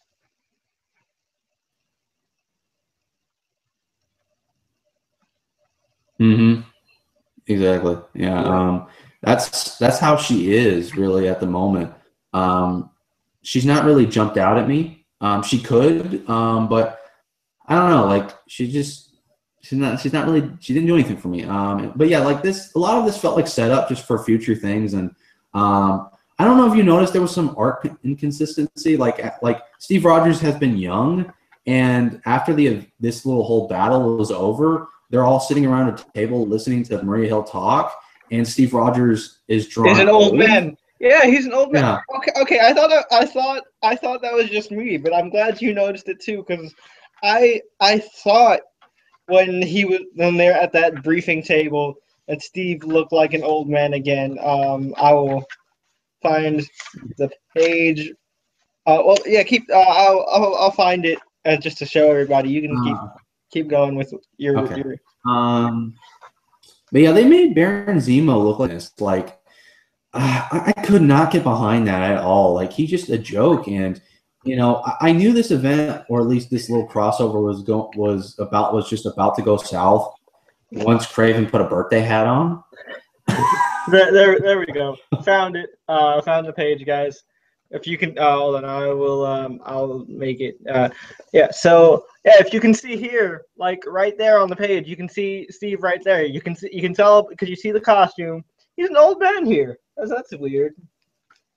Yeah, and it's really weird art right there. But going off of what you were saying with Craven and the birthday hat, I thought that was pretty funny. Like, you know, the ultimate trap for a godchild. You got to remember she is still like a 6-year-old. So of course he's gonna trap her by using a birthday hat and a tea set and whatever. I thought that was really funny. I mean, I don't know if you enjoyed it, but I just thought it was a nice like little like lighthearted joke, and like as a kind of a break, you know, in between this more serious type of event. That's totally fair. It just didn't play for me. It just felt like it just kind of came out of nowhere. It was an okay joke. I don't know. It just didn't play for me. Is kind of my main thing. I don't know. Nick Spencer does that sometimes, and sometimes it doesn't play, and sometimes it turns into the Cap Wolf stuff, and then and then other times it's like kind of funny, and then but I don't know, like it's just Nick Spencer. I don't know if me and him, like his like comedic sensibilities match with mine, and the timing of his jokes. I do think this one thing though is kind of bullshit. Why didn't Maria Hill get arrested? Why isn't she in jail I for didn't what she did? I didn't get that either, because like they were like she basically covered her ass by saying, well, only 6 people died, guys, and you know, the Avengers agreed to keep it quiet, and we managed to capture a majority of the supervillains, and we got Quasar now. One of my trusted agents is now Quasar, so now Shield has a more you know, has a valuable cosmic asset, and still Shield is just like, all right, Hill, you can keep your job. Like, what? Really? Really? Yeah, like for the most part, like they said, yeah, like they were like, yeah, you can keep your job until now, like you're on probation.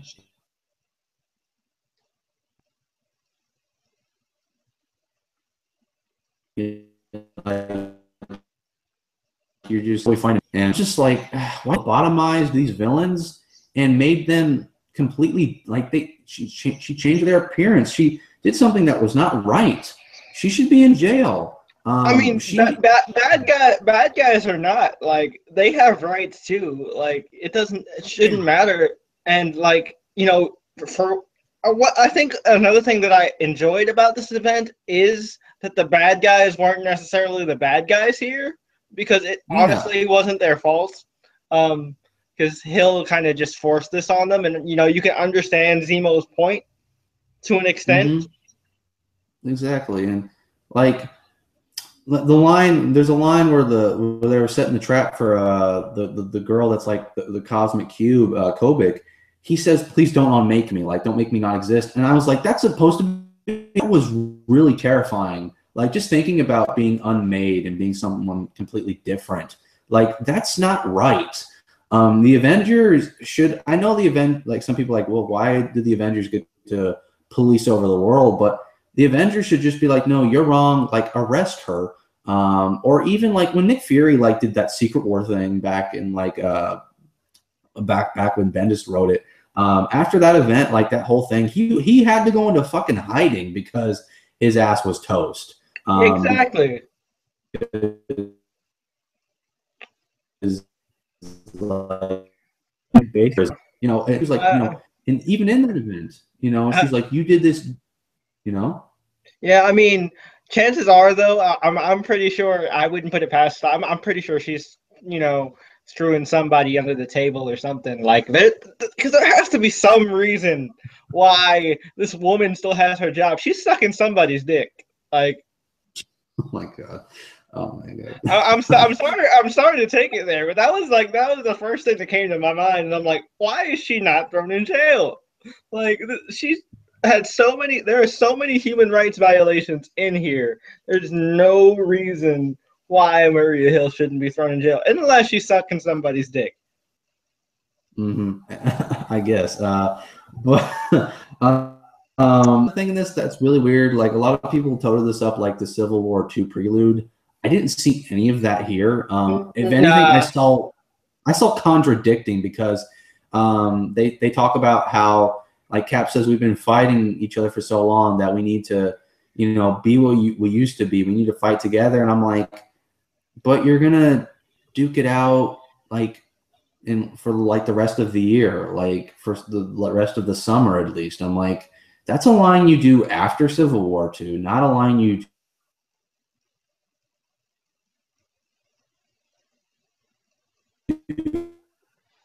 do weeks. I don't know if you. Huh? What were you saying, Kyle? I was reading the comments. My bad. Okay.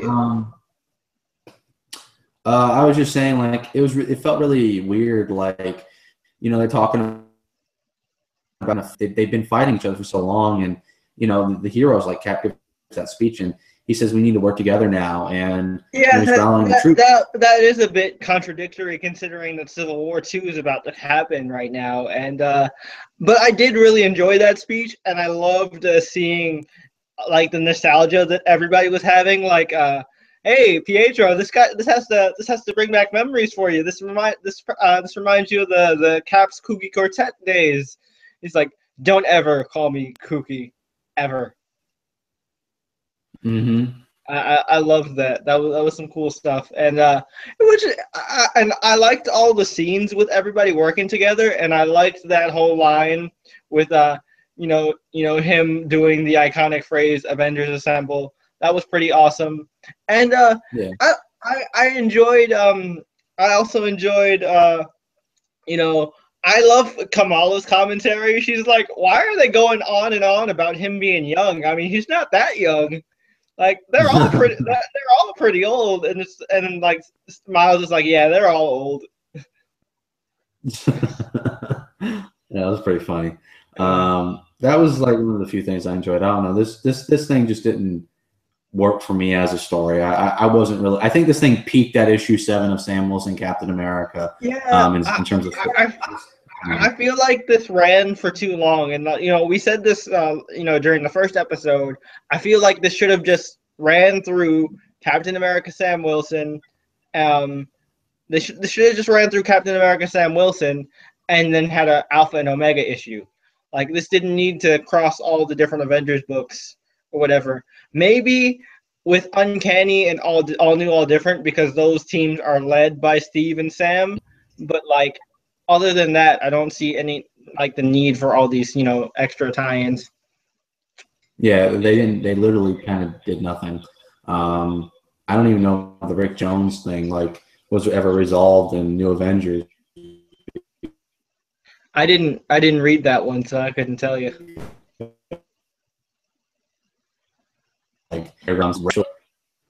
And I could have gotten the same story about it, but that's all I gotta say on that book. Just a quick question for you. Out of the new titles that they're teasing, which ones are you looking forward to? Because I know I'm really looking forward to Thunderbolts next week. I'm picking that up because I like Bucky as a character, and I want to see. I want to see what Bucky's like as a dad, because it seems like he's going to be taking this little god baby under his wing. Oh God. What else were they setting up with this? I know we have Punisher. They set up Thunderbolts, and they set up Captain America Steve Rogers with Red Skull reforming Hydra, bigger and badder than ever. Probably Steve Rogers, Captain America. Might seem like the stereotypical choice, but I've never been a massive Thunderbolts fan. I'll pick up the issue and I'll review it. But I can't say I was looking forward to it because of what this little crossover did for it. So. I mean that's fair. I'm mostly into it because I'm a big fan of Jim Zub as a writer, and I'm also a big Bucky fan. I really enjoyed when he was Cap, and I liked the Brubaker stuff with him and his solo series before they tried that weird shit where he was the Watcher on the Wall. I really enjoyed Bucky. I'm glad he's getting his own type of series. So I want to see where it goes. But yeah, I can see why the crossover itself didn't do a good job at selling you on it. Yeah. Book could have been good. And the book could be great. And I could love it, but the setup wasn't really that good. But that's all I gotta say about that title. Like I said, we'll see where Civil War 2 goes. What would you rate it as a whole? For me, I would give it maybe a 3.5 to possibly. Yeah, I would give it a 3.5 as an event as a whole. I'd probably give it a 2. I don't know. I know that seems harsh, but I'd probably give it a 3 because there was 3 issues in this entire thing I thought were really damn good. So that's about it. Yeah, I think the main reason I'm pushing it to 3.5 is because I really enjoyed the concept, and I think it introduced some really cool ideas. And for the most part, at least for me, the main story landed pretty well up until this ending. So that's why I gave it a 3.5 out of 5 for me. Yeah, that's exactly that is exactly my thoughts on it. I felt like I also think that the Avengers books really, the tie-ins really brought this down for me as well. I Oh think yeah.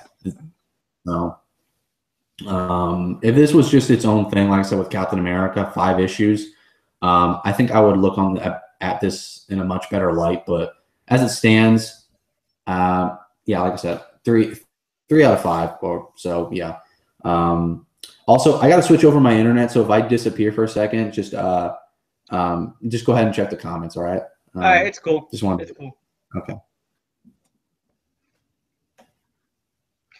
All right, so I guess really quick, I don't really have much to say about this, and I normally I would avoid talking about this book, but I want to quickly touch on this. The Amazing Spider-Man, issue number 11, Slott and Comicoli. This was a giant fucking waste of time. um, uh, all this build up for the Zodiac Guild, and what do we get? We get all this like anticipation and build up to what's behind the door. What's behind the door that like Zodiac has been looking for, Scorpio has been looking for to unlock with this whole key of power thing. And literally, he goes into a room and he gets a vision of 1 year into the future, which is literally one giant teaser for everything that Dan Slott is about to do that we already knew about because he's been hinting at it through the entire fucking series so far. So yeah. Kyle dropped Amazing Spider-Man, guys, because Slott and yeah, but I'm gonna stick through it, but I'm not gonna be happy about it. Mm-hmm. Yeah, and didn't they set up like that Mockingbird Spider-Man relationship? Like that's he kind of did. I mean, they work together a lot, and there's a little bit of flirty banter there. But I feel like that's going to turn into like the Carol Danvers situation, where it's going to be hinted at and touched upon maybe once, but never done anything with ever again. Mm-hmm. Yeah, I was like, you guys could have just done Carol and Pete, and I think. I know. I wanted that for so long. Like, I just wanted to see how that would go. I mean, if you're not going to give us MJ, I would totally be okay with Carol.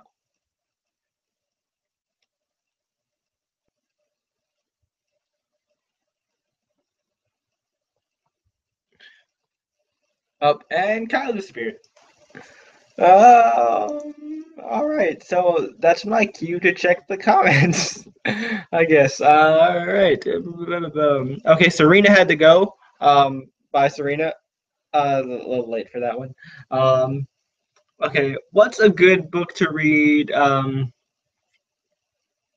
What's a good book to read if I wanted to know more about the Illuminati? So far, all I've read is New Avengers, Illuminati.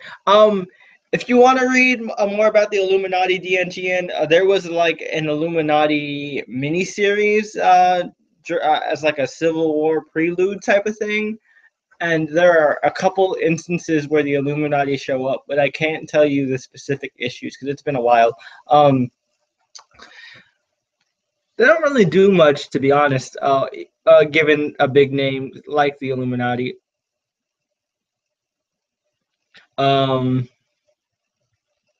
Let's see. Maybe, and then DN says, maybe Hill's status with S.H.I.E.L.D. is protected because she's one of the most important agents in the MCU. Maybe that could be it. I like my theory though, even though it's pretty dirty. I'm still going with that. Let's see. Do you think Peter can be likable without family-centric stories? I think Peter can be likable without family-centric stories. I just think Peter, needs a smaller scale book. I feel like the reason why Peter isn't as likable here is because he's not as relatable as he used to be because they put him in this like this Tony Stark type of level, and it's weird because even Tony Stark is likable at that level, but for some reason it doesn't work for Peter. In case you want to know, Kyle, DNG asked this question, and I'm sure you can answer this as well. Do you think adult Peter can be more likable?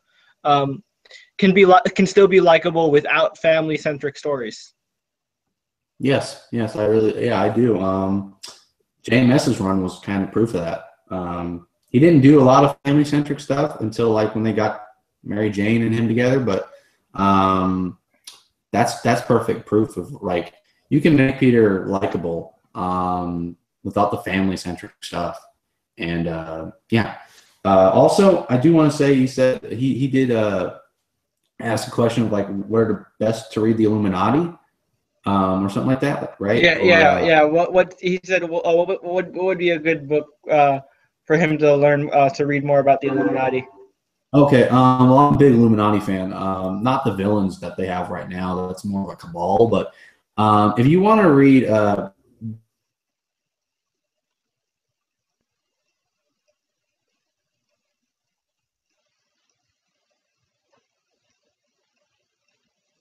Oh no! Kyle froze in the middle of the recommendation. I guess this wasn't meant to be for you, DN. I guess the Illuminati shut him down. You can't give away secrets of the Illuminati.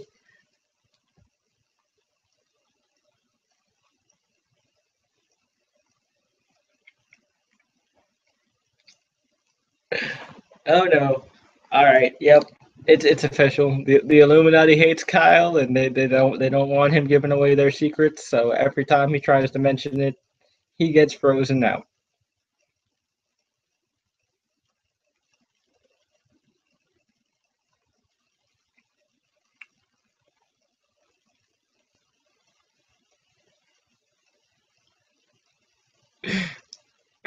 No, you say it was stolen by Skynet? I think it was the Illuminati. I'm telling you, man. Like they don't want him exposing their secrets, so they shut Kyle down.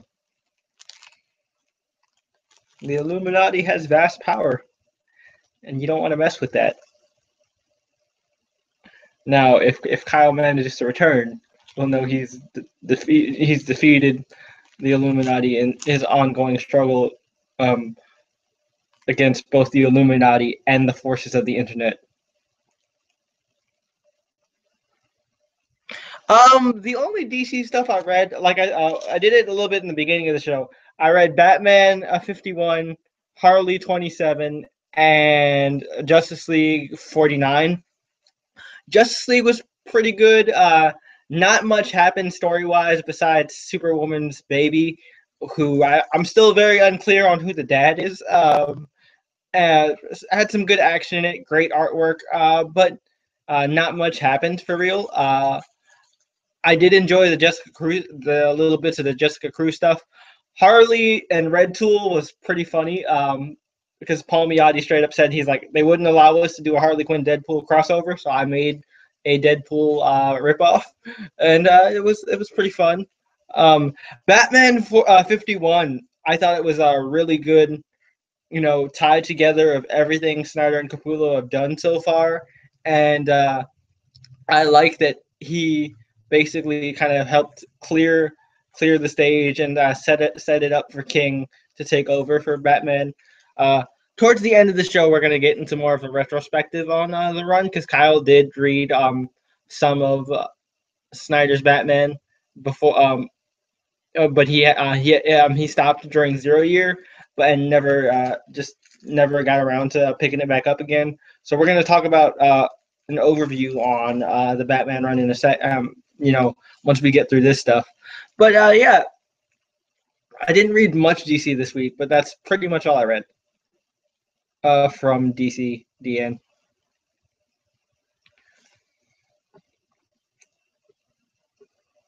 Yeah, seriously though, if Kyle doesn't come back, I know the Illuminati's taking him out. So I'm gonna be short. Oh, never mind. The Illuminati did not kill Kyle, guys. Kyle is alive. Technical this. Hey. No, I was saying the whole reason you got taken out was because you were trying to reveal the secrets of the Illuminati, and the Illuminati took you down. Yeah, that was embarrassing. But DNGN, just read New Avengers by Jonathan Hickman. That's all Illuminati centric. So that's where like the Illuminati gets like extremely fleshed out. Like Bendis makes like hints at it and drops it in his New Avengers stuff. And there's, like you said, like the New Avengers Illuminati, but that's where they're most focused upon. And like I said, guys, I apologize for the internet weather here. If I lag out again, maybe Jeremy might have to take over or maybe end the show. So I apologize this week. It's cool, Kyle. You know, unless you're Storm, we can't really blame you for the weather. Yeah, and I'm clearly not Storm. I don't have a mohawk. So. You got the little uppy spike thingy, but it's not a mohawk. It is not. But that's I want to talk about Doctor Strange, but I'm afraid I'll lag out. So I'll just say this: Doctor Strange, the book by Jason Aaron, Last Days of Magic has been great so far. I just want to say, I don't want to go too in depth on it because I don't want to lag out. It was kind of embarrassing, but that book was really good this week. Both books for those were really good. I really enjoyed the one shot because I've just now caught back up to Doctor Strange because I borrowed a bunch of the back issues from my friend Corey, and this was a really good setup, and I liked that you could read the next part right away and you didn't have to wait an extra week. I thought that was a smart move on Aaron's part there.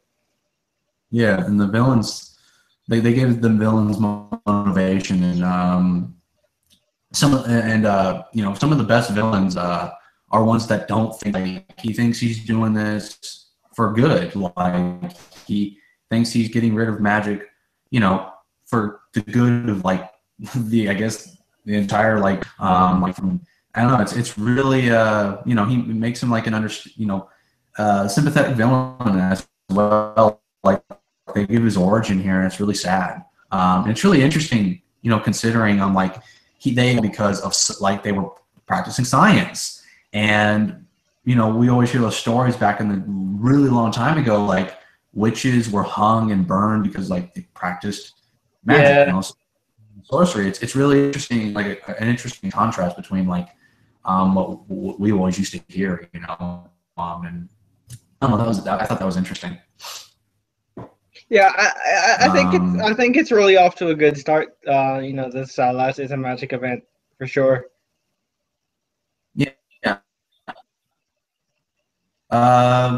So that's all I gotta say on my comics. I would have gone more in depth, but like I said, the internet. That book's great. Jason is just killing it. So no problem. So I guess since we're done with the official comic talk, we can go a little bit into the news really quick.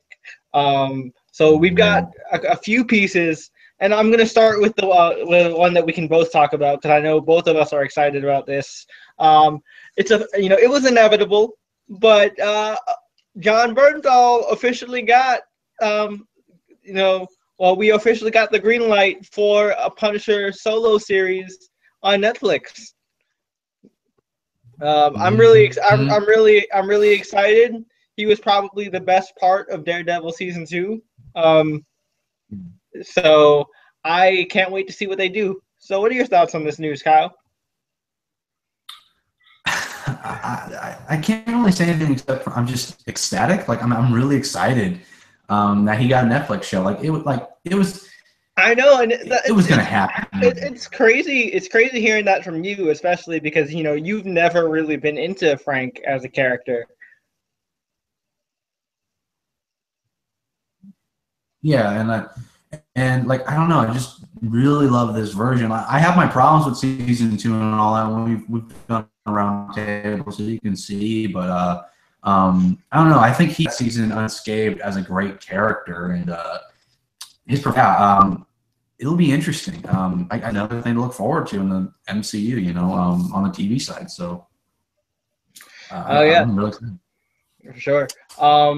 So moving on from John Bernthal getting his Netflix series, sticking to the MCU stuff.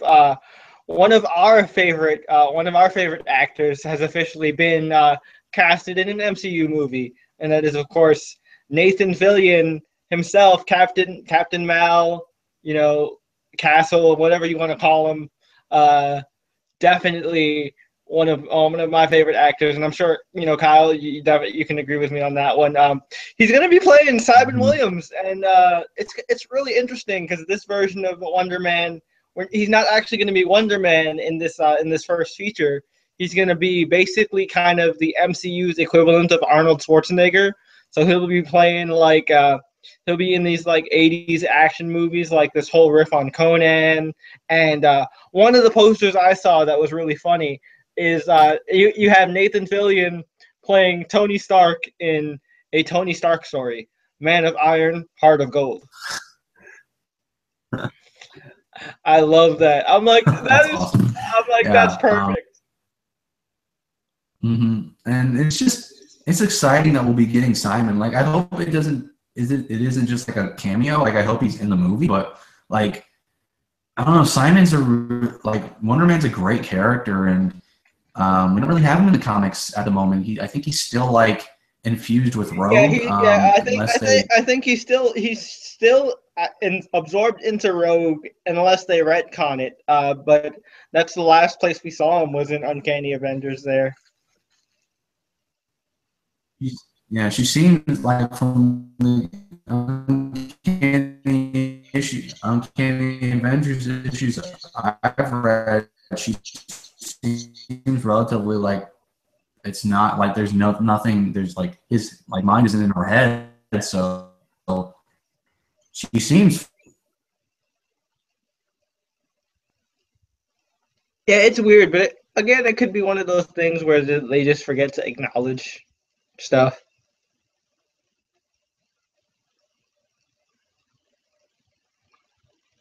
The lag strikes again. I feel like that should be the title of this episode. I might retitle this episode, guys.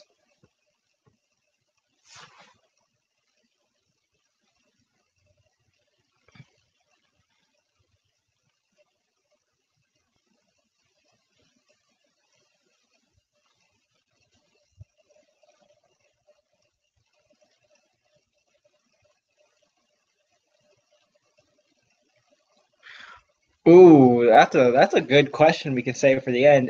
Kyle just froze out. I think I'm going to title this episode Comic Convo Episode 2, The Lag Strikes Back. Yeah, I'm going to do that. It's going to be called The Lag Strikes Back.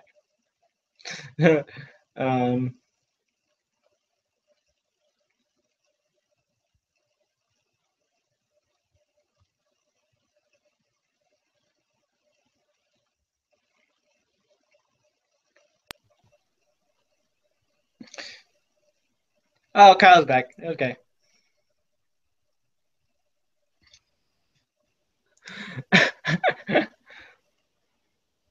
I'm trying to figure. I think I might retitle this episode, Kyle. I think I'm going to call this Comic Convo Episode 2, The Lag Strikes Back.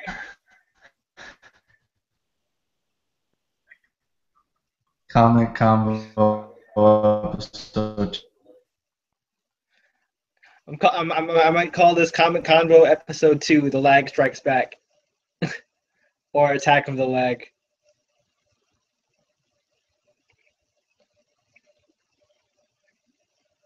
Oh, don't tell me he froze already. Jeez, that was quick.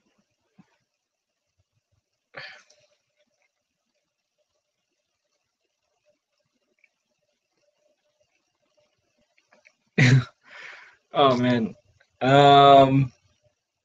Well, if Kyle, I'm gonna give it some time and see if Kyle comes back, because he'll probably pop out and then come back again. I'm gonna see if I can try and answer this question. So, which Marvel hero, Marvel villain, DC hero, and DC villain needs a definitive storyline? Huh. Um,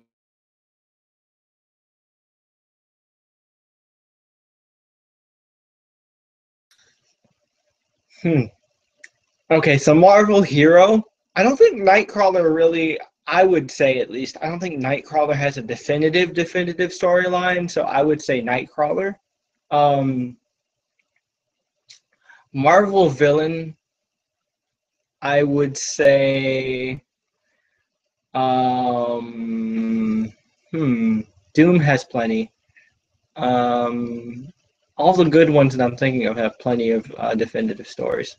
Um, oh, Mysterio, I think, should have a story that could really put him on the map. Besides Old Man Logan, because that wasn't really.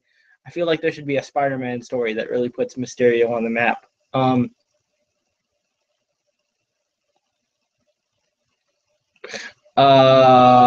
Now DC hero. What DC hero needs a definitive story? Steve Trevor. Somebody needs to give this dude an actual role to play and something to do. Because I feel like he has the potential of being a Captain America-esque character, or at least like a Winter Soldier type. But they just don't know what to do with poor Steve, and they try so hard, but they never follow through. DC villain. What DC villain needs a definitive story? Has one. Has one. I feel like this Poison Ivy story that's going on right now is a pretty definitive story for Poison Ivy. Has one. Has one. I would like to see a more definitive story for Hugo Strange. Um,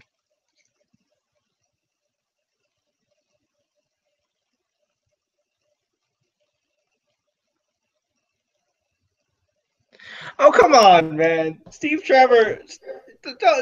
I feel like Steve Trevor should be given some decent love, man. I don't think that I don't think they are trying hard enough with Steve. Oh, Kyle's back. Are you back or? I don't know, man. I don't know. Ultron, Skynet, they broke me down, man. Illuminati.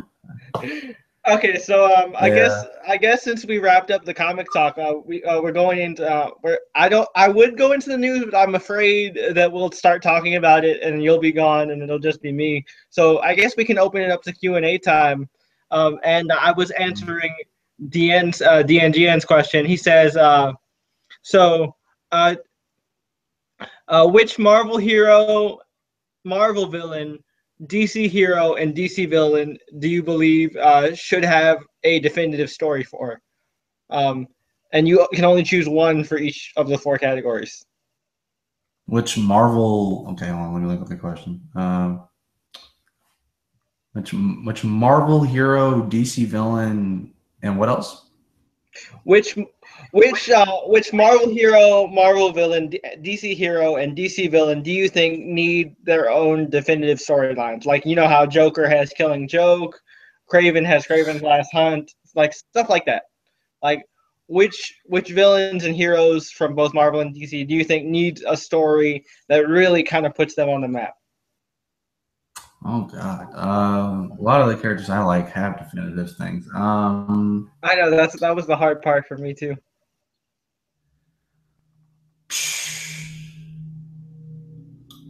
That's a hard one because like a lot of the ones I know have like definitive storylines. Like Iron Man has a definitive storyline. I would like to say I'd like to see an Iron Man villain get like a definitive storyline, like a one that makes them the most popular. Maybe like does the Mandarin have like a definitive story that makes him? I haven't read like, enough. Honestly, I haven't read enough Iron Man to tell you. So yeah, like I know Tony has like Demon in the Bottle and a Fractions Run and all that, but I don't know if like I don't know if Mandarin like has like a definitive like this is the best story with Mandarin, yeah, yeah, and also like no offense to Tony, I mean Bendis is really trying his hardest to fix this right now, but all of Tony's villains are pretty lame. Yeah, they are. They kind of are for the most part. So I can definitely agree with that. I might have to come back to that question. That's a hard one to answer. That's a good one though. You actually Yeah, you have stumped me. yeah, that is a So good question. Deanne said, Deanne's responding to my Steve Trevor comment. He said, Steve Trevor is just Diana's glorified sex toy. Okay, I'll give you that one. But I still think Steve, if given in the right hands, like and somebody that actually cared, could be a cool character if they tried. Nobody's really tried though. yep. Hey, Jeremy. Yeah, yeah. You know why this is happening to me? Why is it happening? Because the Young Avengers are hacking in and just fucking me over. See, and you said it this time, so I'm still counting that. That still goes towards the that still goes to count. Maybe they are. Maybe they are. They don't like you hating on them, man. Like I think Wiccan and Hulkling just have something against you. Just Man, I have something against Wicked and Hulk. Like I don't. So it's like now you know I what? mean, Now I mean, you were talking shit about their new Avengers book, and now you were like, you're getting mad at me for trying to bring up Young Avengers all the time, and all of a sudden, they're like, oh, well, like this guy doesn't like us. Fuck him and his internet. yeah. So you know what? I'm going to war with the Young Avengers now. You know what? I'm going to put on my suit of armor.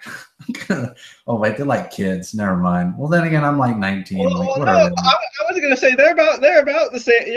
They're about the same age as us, because like Katie's like maybe like 19, 20. So I would say they're about Okay. yeah. Okay, so I could fight them. All right, and it wouldn't be bad. All right, yeah, okay. All right, Young Avengers, I'm coming for you. So You heard it here first, guys. The next big Marvel event is Kyle versus the Young Avengers. that's like I love someone picking up that. Who the fuck is Kyle? Like,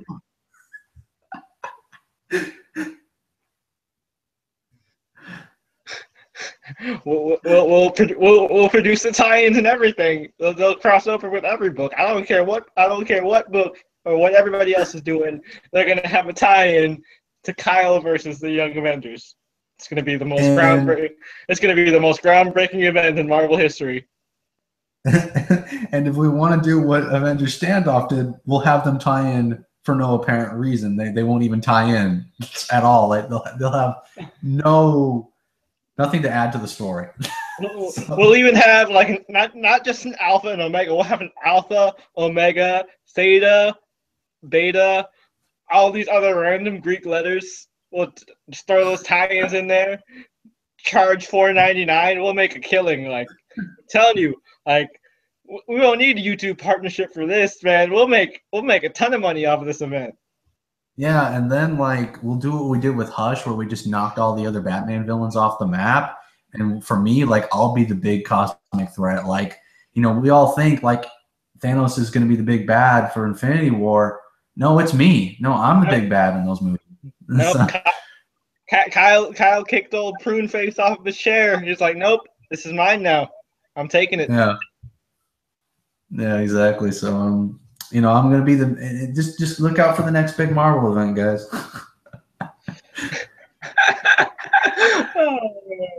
Okay. All right. So yeah, like it's Q&A. So if you can't tell by our just like random jokes, it's Q&A time. So go ahead and send in your questions, guys. And I'm just broken. Just broken now. Like. Kyle is just worn out and beaten down by his struggle against the Young Avengers. Just the internet. They won round one, but we'll find out. Oh man, tune in next week. Okay. I'll be on my knees, fucking crying. It's just like. Kyle will need a support group. I'll need like that jacket guy from like Jessica Jones to be there. So. Or no, or you'll end up walking into like the Villains Anonymous support group from Wreck-It Ralph. Bad guy, like Bad Guys Anonymous. I am a bad guy, but that doesn't mean that I am a bad guy. This is my choice, and I love what I do, even though what I do is not very nice. I forget the whole chant, but that's gonna be Kyle's support group. Kyle is just gonna walk in there. It's gonna be like a whole circle of chairs. It's gonna be like Doctor Doom. It's gonna be like Doctor Doom, the Mandarin, freaking Green Goblin, Thanos. We will have to get like 5 chairs just for Thanos to fit on one.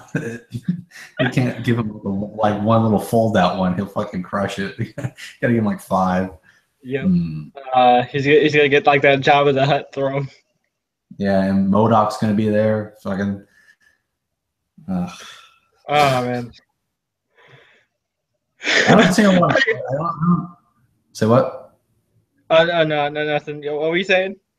I said I don't see a lot of questions so far, so we don't have any. We could probably end the show. We'll give it maybe 5 more minutes, and if we don't get any more questions, we'll go ahead and wrap this up. Yeah, this was. Okay. We got one from DNGN that just popped up. Okay.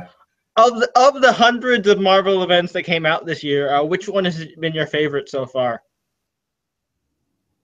Oh no! It's of the hundreds of Marvel events that have come out within the past 5 years, which is your favorite so far? I really liked Original Sin. That was great. Original Sin was really good. I enjoyed Original Sin. I feel, not many people agree with me on this one because I feel like they could have done more with it aftermath wise. But Secret Invasion, I thought was a really cool storyline. Oh yeah, I love Secret Invasion by Bendis. That was great. That was like the culmination of everything with his Avengers run. So, I know that's not within the last 5 years, but I just wanted to bring that up because I really like that event. That's probably one of my favorite Marvel events. I loved Avengers versus X-Men, despite the hero versus hero thing. I thought it was a really good story. I thought the main event was okay, but I really enjoyed Consequences and a lot of the aftermath stuff. Mm-hmm. Like I enjoyed the impact more than I enjoyed the event itself. That's fair. That's totally fair. I liked Age of Ultron, the first 5 issues, and then the last one I really liked. In retrospect to what I didn't really like Age of Ultron because it felt really disjointed and I didn't know what was going on half the time.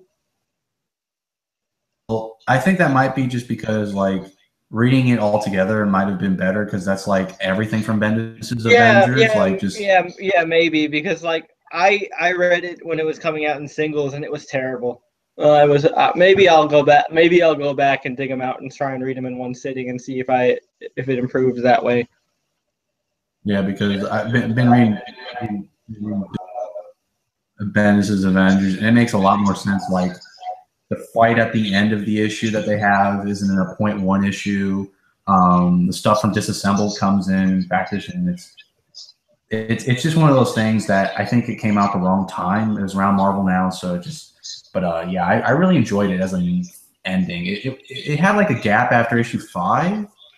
It didn't become like it was just really weird, but then like the last 2 issues kind of saved it for me. And like when you look at it in like retrospect to like the universe through Marvel now, like Infinity was caused because of that event, and like Secret Wars and all of that. So it doesn't seem so. And like Cataclysm and all that. Okay, so another question we got: are there any characters that you initially despised that developed in a way that made you like them later on? For me, that's an easy question. Damian Wayne. I hated Damian Wayne when he first showed up, but then eventually, when I read more stories with him, especially when he interacted with like Stephanie and Supergirl, I thought he started to grow on me. He's still a little shit, but like I can tolerate him. Oh boy. I don't know. Like, I don't think I've had a character I've despised, like I initially despised, become one I like. Like all the characters I've despised, I still despise. Like I despise Silk, Sentry, Dawkin, Jason Todd, Damian Wayne. I don't know. I don't think there's a character I initially hated, but then really liked. I'd have to go back and look, but I don't think there's a single character that has that for me. I never really liked Silk, but she's not totally growing on me, but I feel like I've accepted her more now. Like I don't like her per se, but I have come to terms with the fact that she exists and she's not going away. Sadly, yeah. I wish she would, but yeah. So I don't really have a character like that. I could just be really blanking out at the moment. Because as you can see, like Kyle's been beaten down by these technical difficulties, so yeah, don't blame him if his head's not on straight right now. Yeah, it's literally on backwards. Technical difficulties. Hey, that should be the description of this video. Kyle fights technical difficulties while Jeremy tries to host the show by himself. Oh man, no, I like DNGN posted a suggested title for this. He said it should be called Comic Convo Episode 2, Speak No More. Instead of Dead No More, Speak No More. Oh my god, that's great. That is perfect. I might actually use that. This is turn you. If I was good at Photoshop and art, I would make a thumbnail where I would turn you into Black Bolt.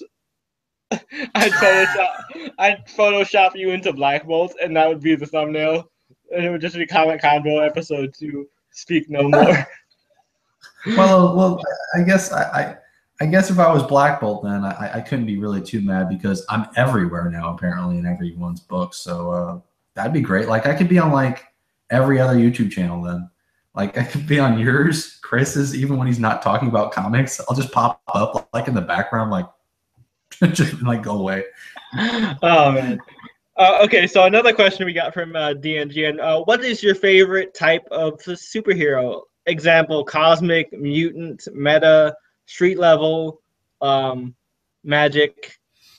So what's your favorite type, Kyle? I don't really have a favorite type, but if I would have to say, I like street level the best.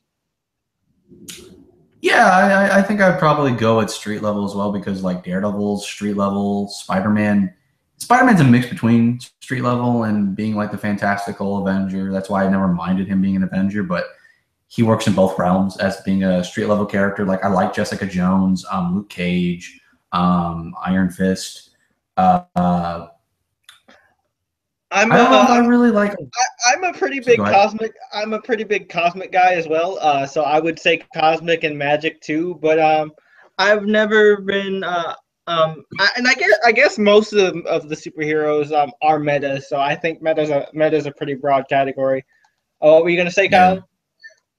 I was about to say, I like characters that, and like I like Tony Stark a lot, like because just how he comes to be, like just a normal guy. Like I like normal people as well, like that just are able to stand next to gods. Like I love Iron Man because he's just a guy in a suit of armor. Like that's like I don't know if you would put that under like inventor become hero. I don't know what the hell you put that under, but yeah, because he's not really a street level hero, but he is just a guy. Like I do agree. I like those a lot too, where the hero is just a guy when you really look into it.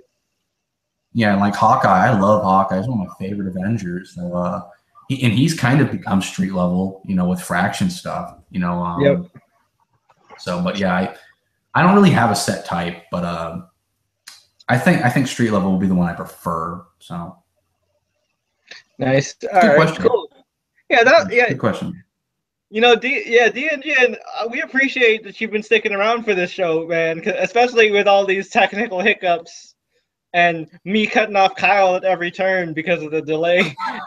And like I didn't know. I don't know if Kyle's done talking or if he's still talking. So I'll start talking, and it's like, oh crap, Kyle was saying something. Goddamn Young Avengers messing with us. They're affecting you, Jared, because of this war I'm having. I didn't want this to happen. Oh man, no! They're gonna if they come after me, I'm gonna feel so bad. I'm gonna feel so bad because I'm like, I'm a fan. What are you doing? I loved it. I loved every single one of you guys' stories except for the Gillen run. The Gillen run turned you into hipsters. I didn't like that. Also, they look like male to female models in that run. Like the artwork made them look like they look like male models. Yeah, definitely. Especially Novar. Novar looked like really kind of like male model-esque. Yeah. Oh man. Sorry, phone call. Sorry. Random number. That wasn't the Young Avengers. They weren't calling me. They were trying to call you and give you the Taken speech. We've acquired we've acquired a special set of skills over a numerous amount of issues, and we will use them to find you and kill you. Or Kate Bishop just called me to call me a bitch. So it's like bitch, and then just hang up. Like, what the fuck? DN says, quick, Kyle, answer the definitive story question before the Young Avengers take you out again. Take me out. Oh, God. Oh, no.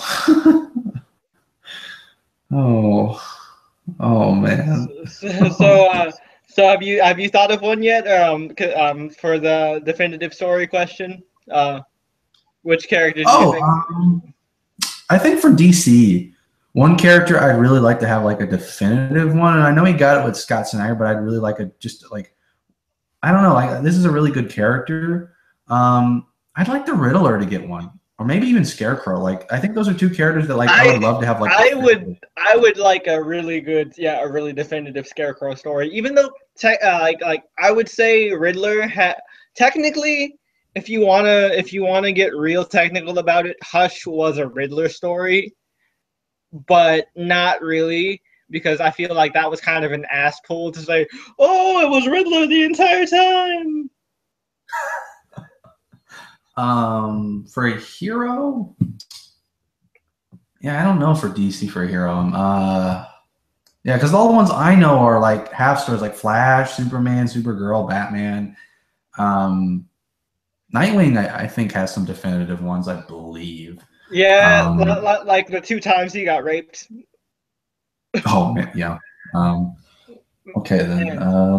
Man, like it's so weird. Like I feel like the Bat family should just have a rape whistle in their utility belts at all times. Like, cause like I don't know what it is, man. Like Tim got raped at one point. Jason got date raped. It wasn't raped. He was drugged. Yeah, like I don't know what it is about the dudes in the Bat family, but like they're just like targets for rape. Oh, okay. We got a question right here from BNG and one of them. Current best and worst writers for the big two, like A list and the very bottom of the F list. And then he says, this is one for you, but he says, Jay, do you prefer Riddler to be violent or non-violent? Huh. I like him as like the vindictive, manipulative asshole. So I guess it depends on what he's trying to accomplish. I don't think he needs to be violent, but because I feel like if he pushes into violent territory, he'll end up basically just becoming Jigsaw. Because literally all Jigsaw is a hyper violent Riddler. Yeah. So I would say non-violent. And I'll let you go ahead and answer this this best and worst writers question first. I need to think about that because the worst writers, I'm trying to think of which ones I want to mention.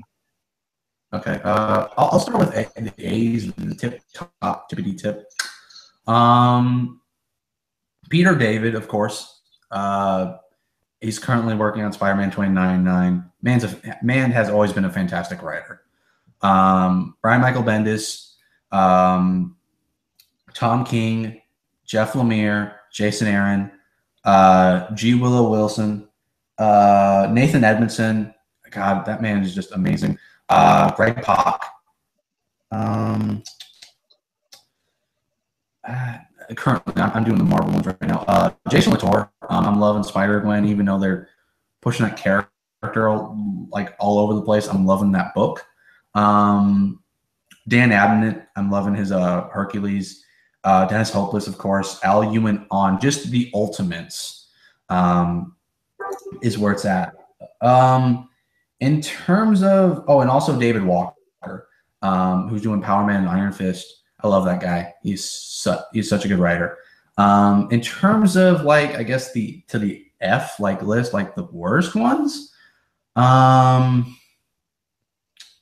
Oh God, he's currently going to be working, but Scott Liddell. I hate Scott Liddell so much. Yeah, yes, that's that. Yeah, Liddell's on my list for sure. Fuck that guy.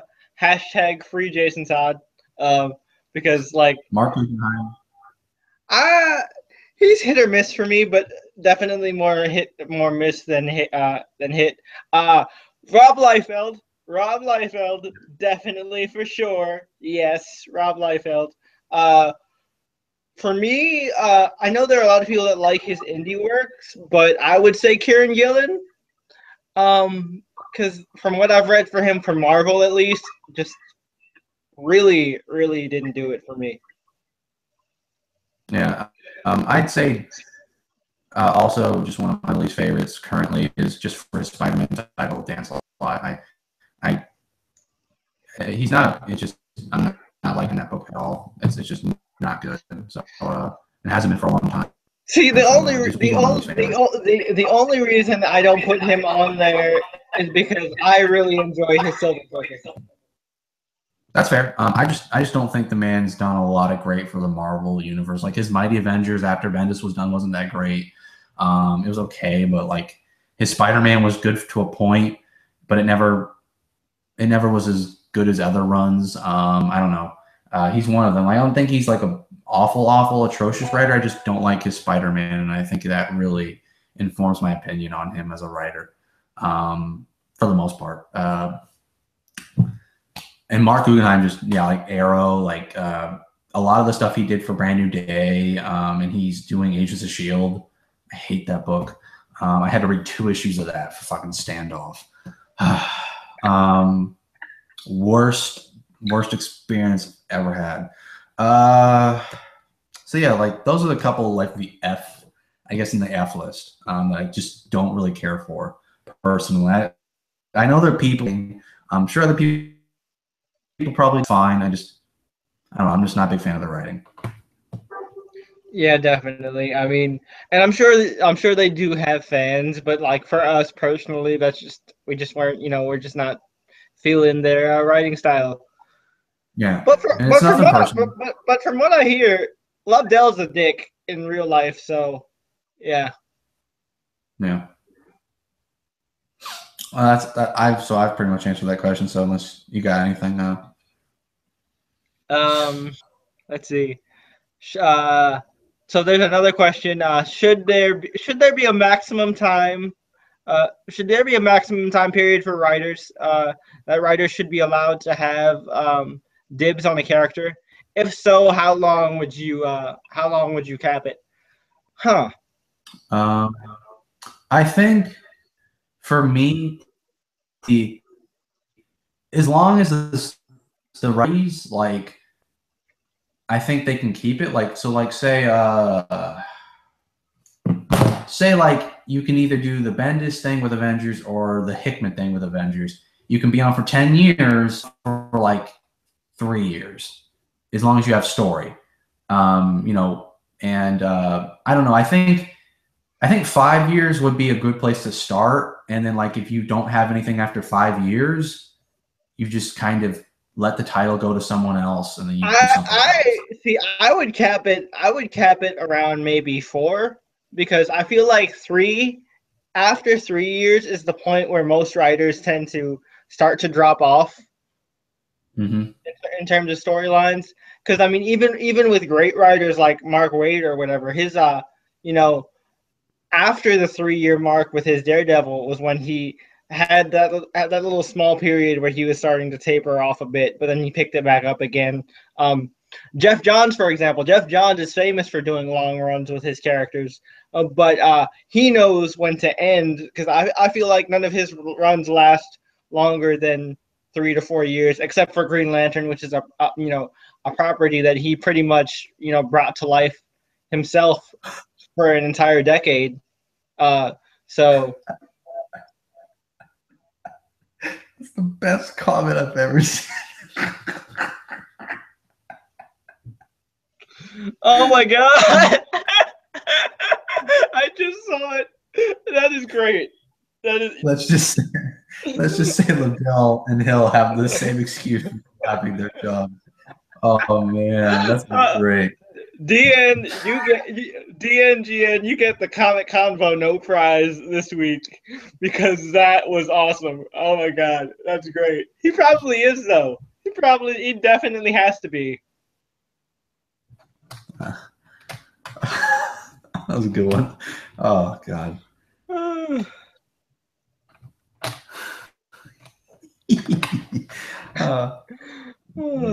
That was great. I'm sorry, Jen. I just could not help but laugh at that. I wasn't laughing at you. No, it's fine. I didn't see the comment popped up, and when I noticed you laughing, I'm like, it has to be on a comment. So I saw it, and I started cracking up too. So it's good. You're good. That was, yeah. Seriously though, Dean, you get the Comic Convo no prize this week. That was like the best comment I've read all night. Yeah, it was. Oh. All right. So I kind of want to do something right now. Since you got a big. Oh wait, hold on. Okay, he actually has another comment. He said, "I'd actually go with 3. For every Snyder and Bendis, there's always a Liddell or Slott." That's really true. That's very true indeed. Yeah. But I'll say this. Let's do this one thing maybe, and while we're still taking questions, but. Since I figured me and Jeremy might be the first 2 members to maybe give our like spoiler-free thoughts maybe next weekend.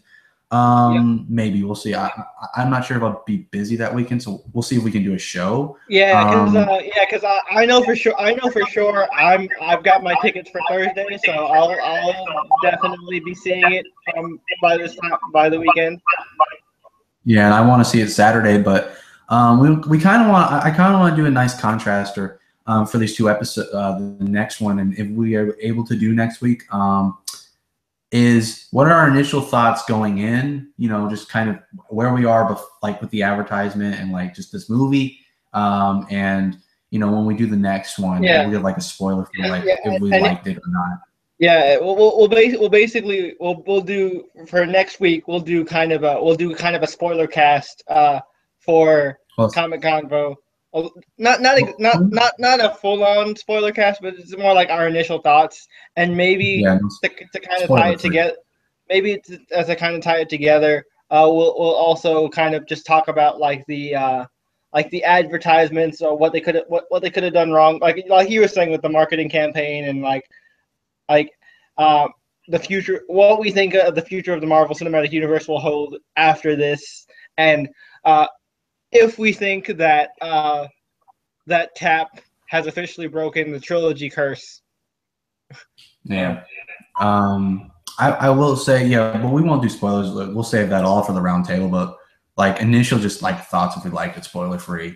But I'm going to make a prediction right here. I've not seen the movie. I've not looked at any spoilers.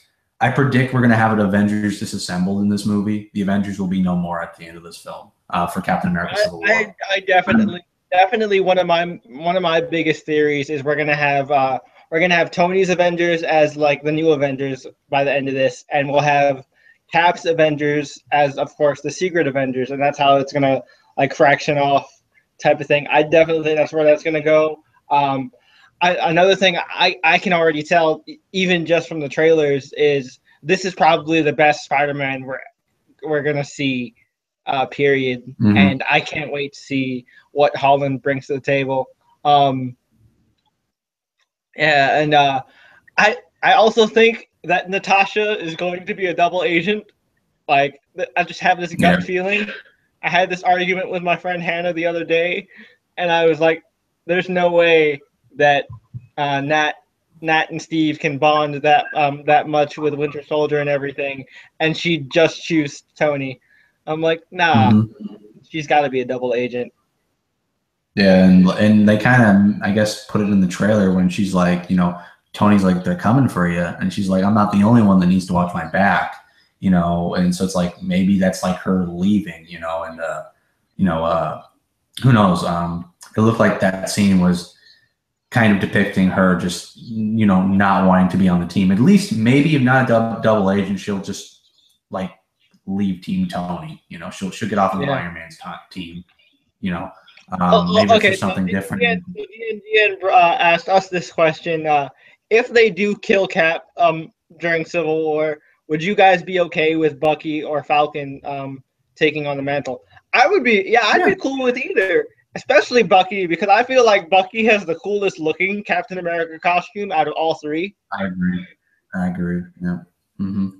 So I would totally see that. I like Sebastian Stan a lot. Yeah, he signed on for 9 movies, and he's only done 2 so far. Well, 3 counting Civil War. So we know he's going to be around for a while. Mm-hmm. And I think it'd be best for him to do this, be Cap. I know he said he doesn't want to.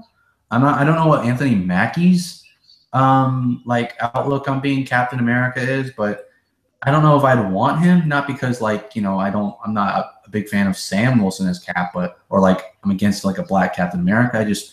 I don't know if like he would be the right choice personally. See, my thing is with Sam, the second Anthony Mackie becomes Captain America, if he ever does, there are going to be just an overload of memes of just that one scene from 8 Mile and they'll have the caption like, this dude's Captain America. His real name is Clarence. Oh my god! When I saw those memes when Mackie was first cast as Falcon, and it was like, this dude's an Avenger. His real name is Clarence. I was like, oh man, that takes me back. I love that movie. Yeah. I'm just looking for like with this movie. I don't know. It's weird. Like it's a hero versus hero concept on an event I don't really that much care for, but like it's my most anticipated. Like I know. I find that to be. It's weird that I'm so hyped for it. Yeah, and like I think the coolest part, and I haven't looked into spoilers, but from what I've heard from other people, that I'm really looking forward to seeing is that Tony's side isn't painted as the bad guy.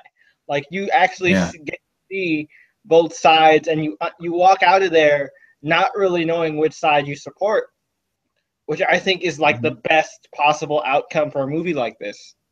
Exactly. You want people to, you want that argument. Like I always said, I think we might have recorded on past like hangout videos we did for this channel, or maybe in not like on the record, but like I always said, like Steve, one of the YouTubers core members of this channel, Civil War should not go down on like a definitive answer, like who's right. It should just leave that up to the audience. Like, is Cap right or is Tony right? And you can have that debate for years to come, and no one will know. Like, and there's great counter arguments there. Like we're discussing from what it looks like freedom and security, and the pros and cons of that for the most part. And like I always said with Civil War, like a lot of people when they read that event, they get angry or they talk about it and they just get angry. I always read Civil War and I'm like, I'm just disappointed because it has such a good concept, but it was executed not that great. It's a really good concept. And those characters in the MCU have been contrasted since before they even met. So this is like the culmination of everything, and it's just exciting. Like, we've been building this for so long, and it's kind of surreal that we're literally like a week away from it. That I'm just, it's crazy. wow, and this is an event that neither of us really like that much, but this movie looks like it can elevate that to a whole nother level. So I totally agree with you on that one. Oh, okay. So another thing DNGN says is War Machine is definitely a red herring. He'll be sidelined for sure, but I think it's just to make another character death more shocking. Definitely. I don't think they're going to kill Rhodey. I think that would be a waste, especially because they haven't really done much with him. And I don't think they've done enough for him with him for us to care about if he dies. You know what I mean? That's fair. I think I might just like Rhodey more because of Don Cheadle. Like, I think that Don Cheadle elevates that stuff to the point where he is likable. So it's like, and like, I don't know, like, he's not really like Falcon or Bucky or, like a fleshed out character. I've always said that, but like, I think Don Cheadle elevates that to make him such a likable person. So it's like, if he does die, it affects Tony in such a way. And, go ahead. I was gonna say I saw this interview with the Russo brothers, and they were joking around. They were saying that with comics and with the MCU, you don't know for sure if dead really means dead. I mean, everybody in the Marvel universe so far who's died will stay dead, except for everybody who's died. There's always a possibility for them to come back. The only person who's dead and will stay dead in the Marvel universe is Terrence Howard. I cracked up. I couldn't stop laughing. That's really funny. I will say the smartest thing about the advertisement is if Rhodey is dead, they don't show who accidentally killed him, like that killed him. I think that's really smart. Like, don't show that. It was really clever editing to have the shot of Bucky shooting like a rocket launcher or whatever, and then they cut to a shot of Rhodey going down. So yeah, I thought that was really clever editing for sure. Definitely trailer bait. I don't think that's how it really goes down. It could. Well, yeah, it does. Yeah, like, because the scene is clearly different. Like, the lighting, you can tell that's probably maybe close to the final act where Bucky and Cap are beating the shit out of Tony in the first trailer, because the lighting in the background looks exactly like that. So yeah, for sure. It's not like a white kind of outside, because that looks like it's where the airport is. But one thing I will say is I think the best thing about these movies so far for me, it has been that, and also the worst thing is the advertisement, because the advertisement for these movies, especially with Phase 2, I think has done a really good job of not spoiling anything. But the problem with Marvel, I've noticed when they do their like movies, is they shoot themselves in the foot. The last 2 weeks, they put out clips and like TV spots with new footage. I don't like that, because so many of my friends are sending me these clips, and I'm like, guys, it's a week away. I don't need to see any more of this. Let me just go into the movie.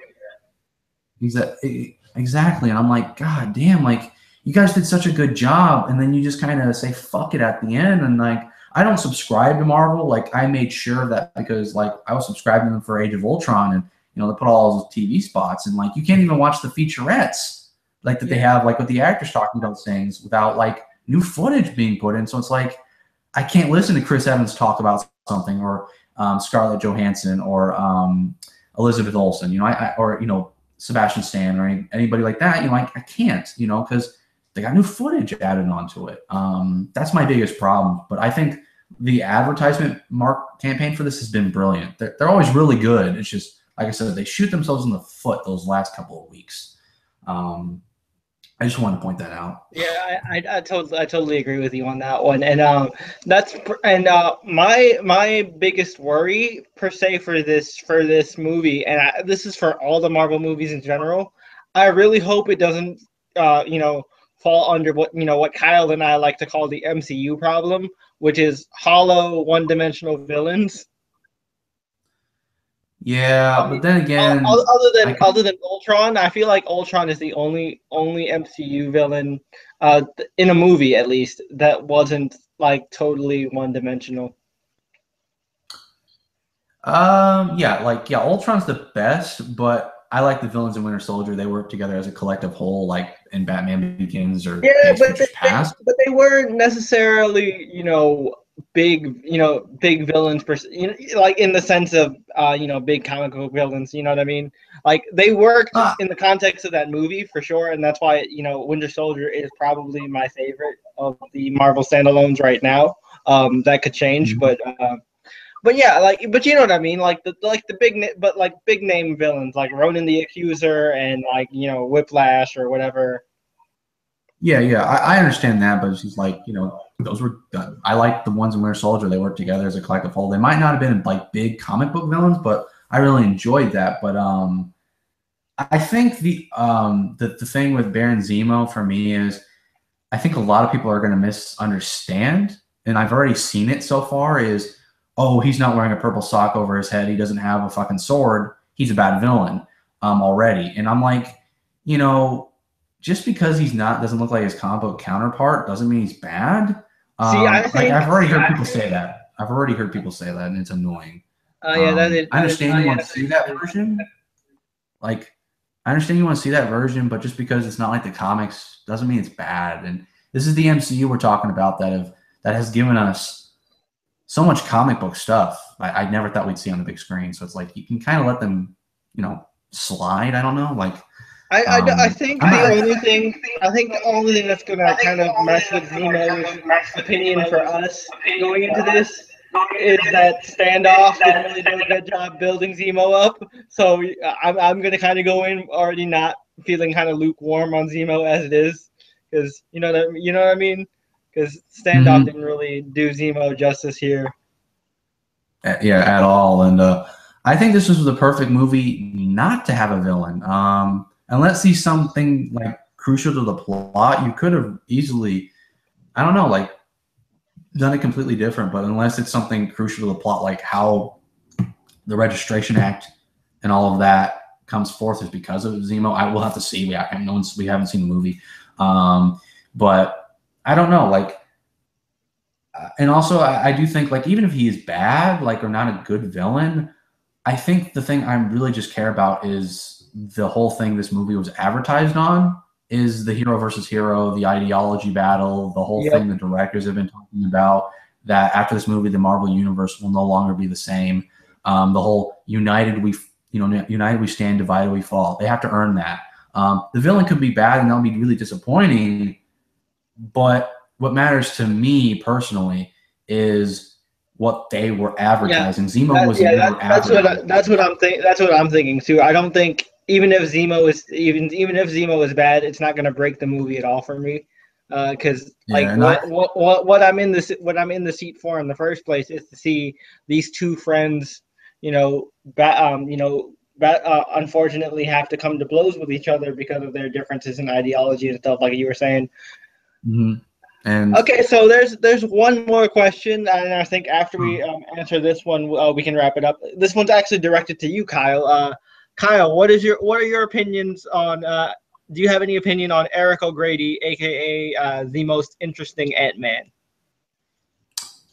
I've not read a lot with him, but he was in Bendis' Avengers once, and he said Spider-Woman was hot, so he kind of gets a pass with me. I'm kidding. I've not read a lot with that character to judge, but like I know like he was a peeping Tom on like Miss Marvel, Carol. So I don't know. I'd have to read, but like some of the stuff just sounds like either funny or just like is like what the fuck. But yeah, like all I know is she's like, yeah, Spider-Man. I lean way more towards on the what the fuck side from what I've read from Kirkman's Irredeemable Ant-Man, because I'm just like, this dude is a dick. Mm-hmm. Yeah, like not in like the Dr. House or Tony Stark kind of way of being a dick, where it's like he's a dick, but he's interesting and I like him. It's just he's a dick, and I would probably shoot him in the face if I came across. Like, That's funny. But yeah, that's kind of my answer. I might have to read the Irredeemable Ant-Man. I've seen him in Secret Avengers. I think he was all right there. I liked him there for the most part for how Remender wrote him. So, but yeah, that's all I have to really say on that. Good question though.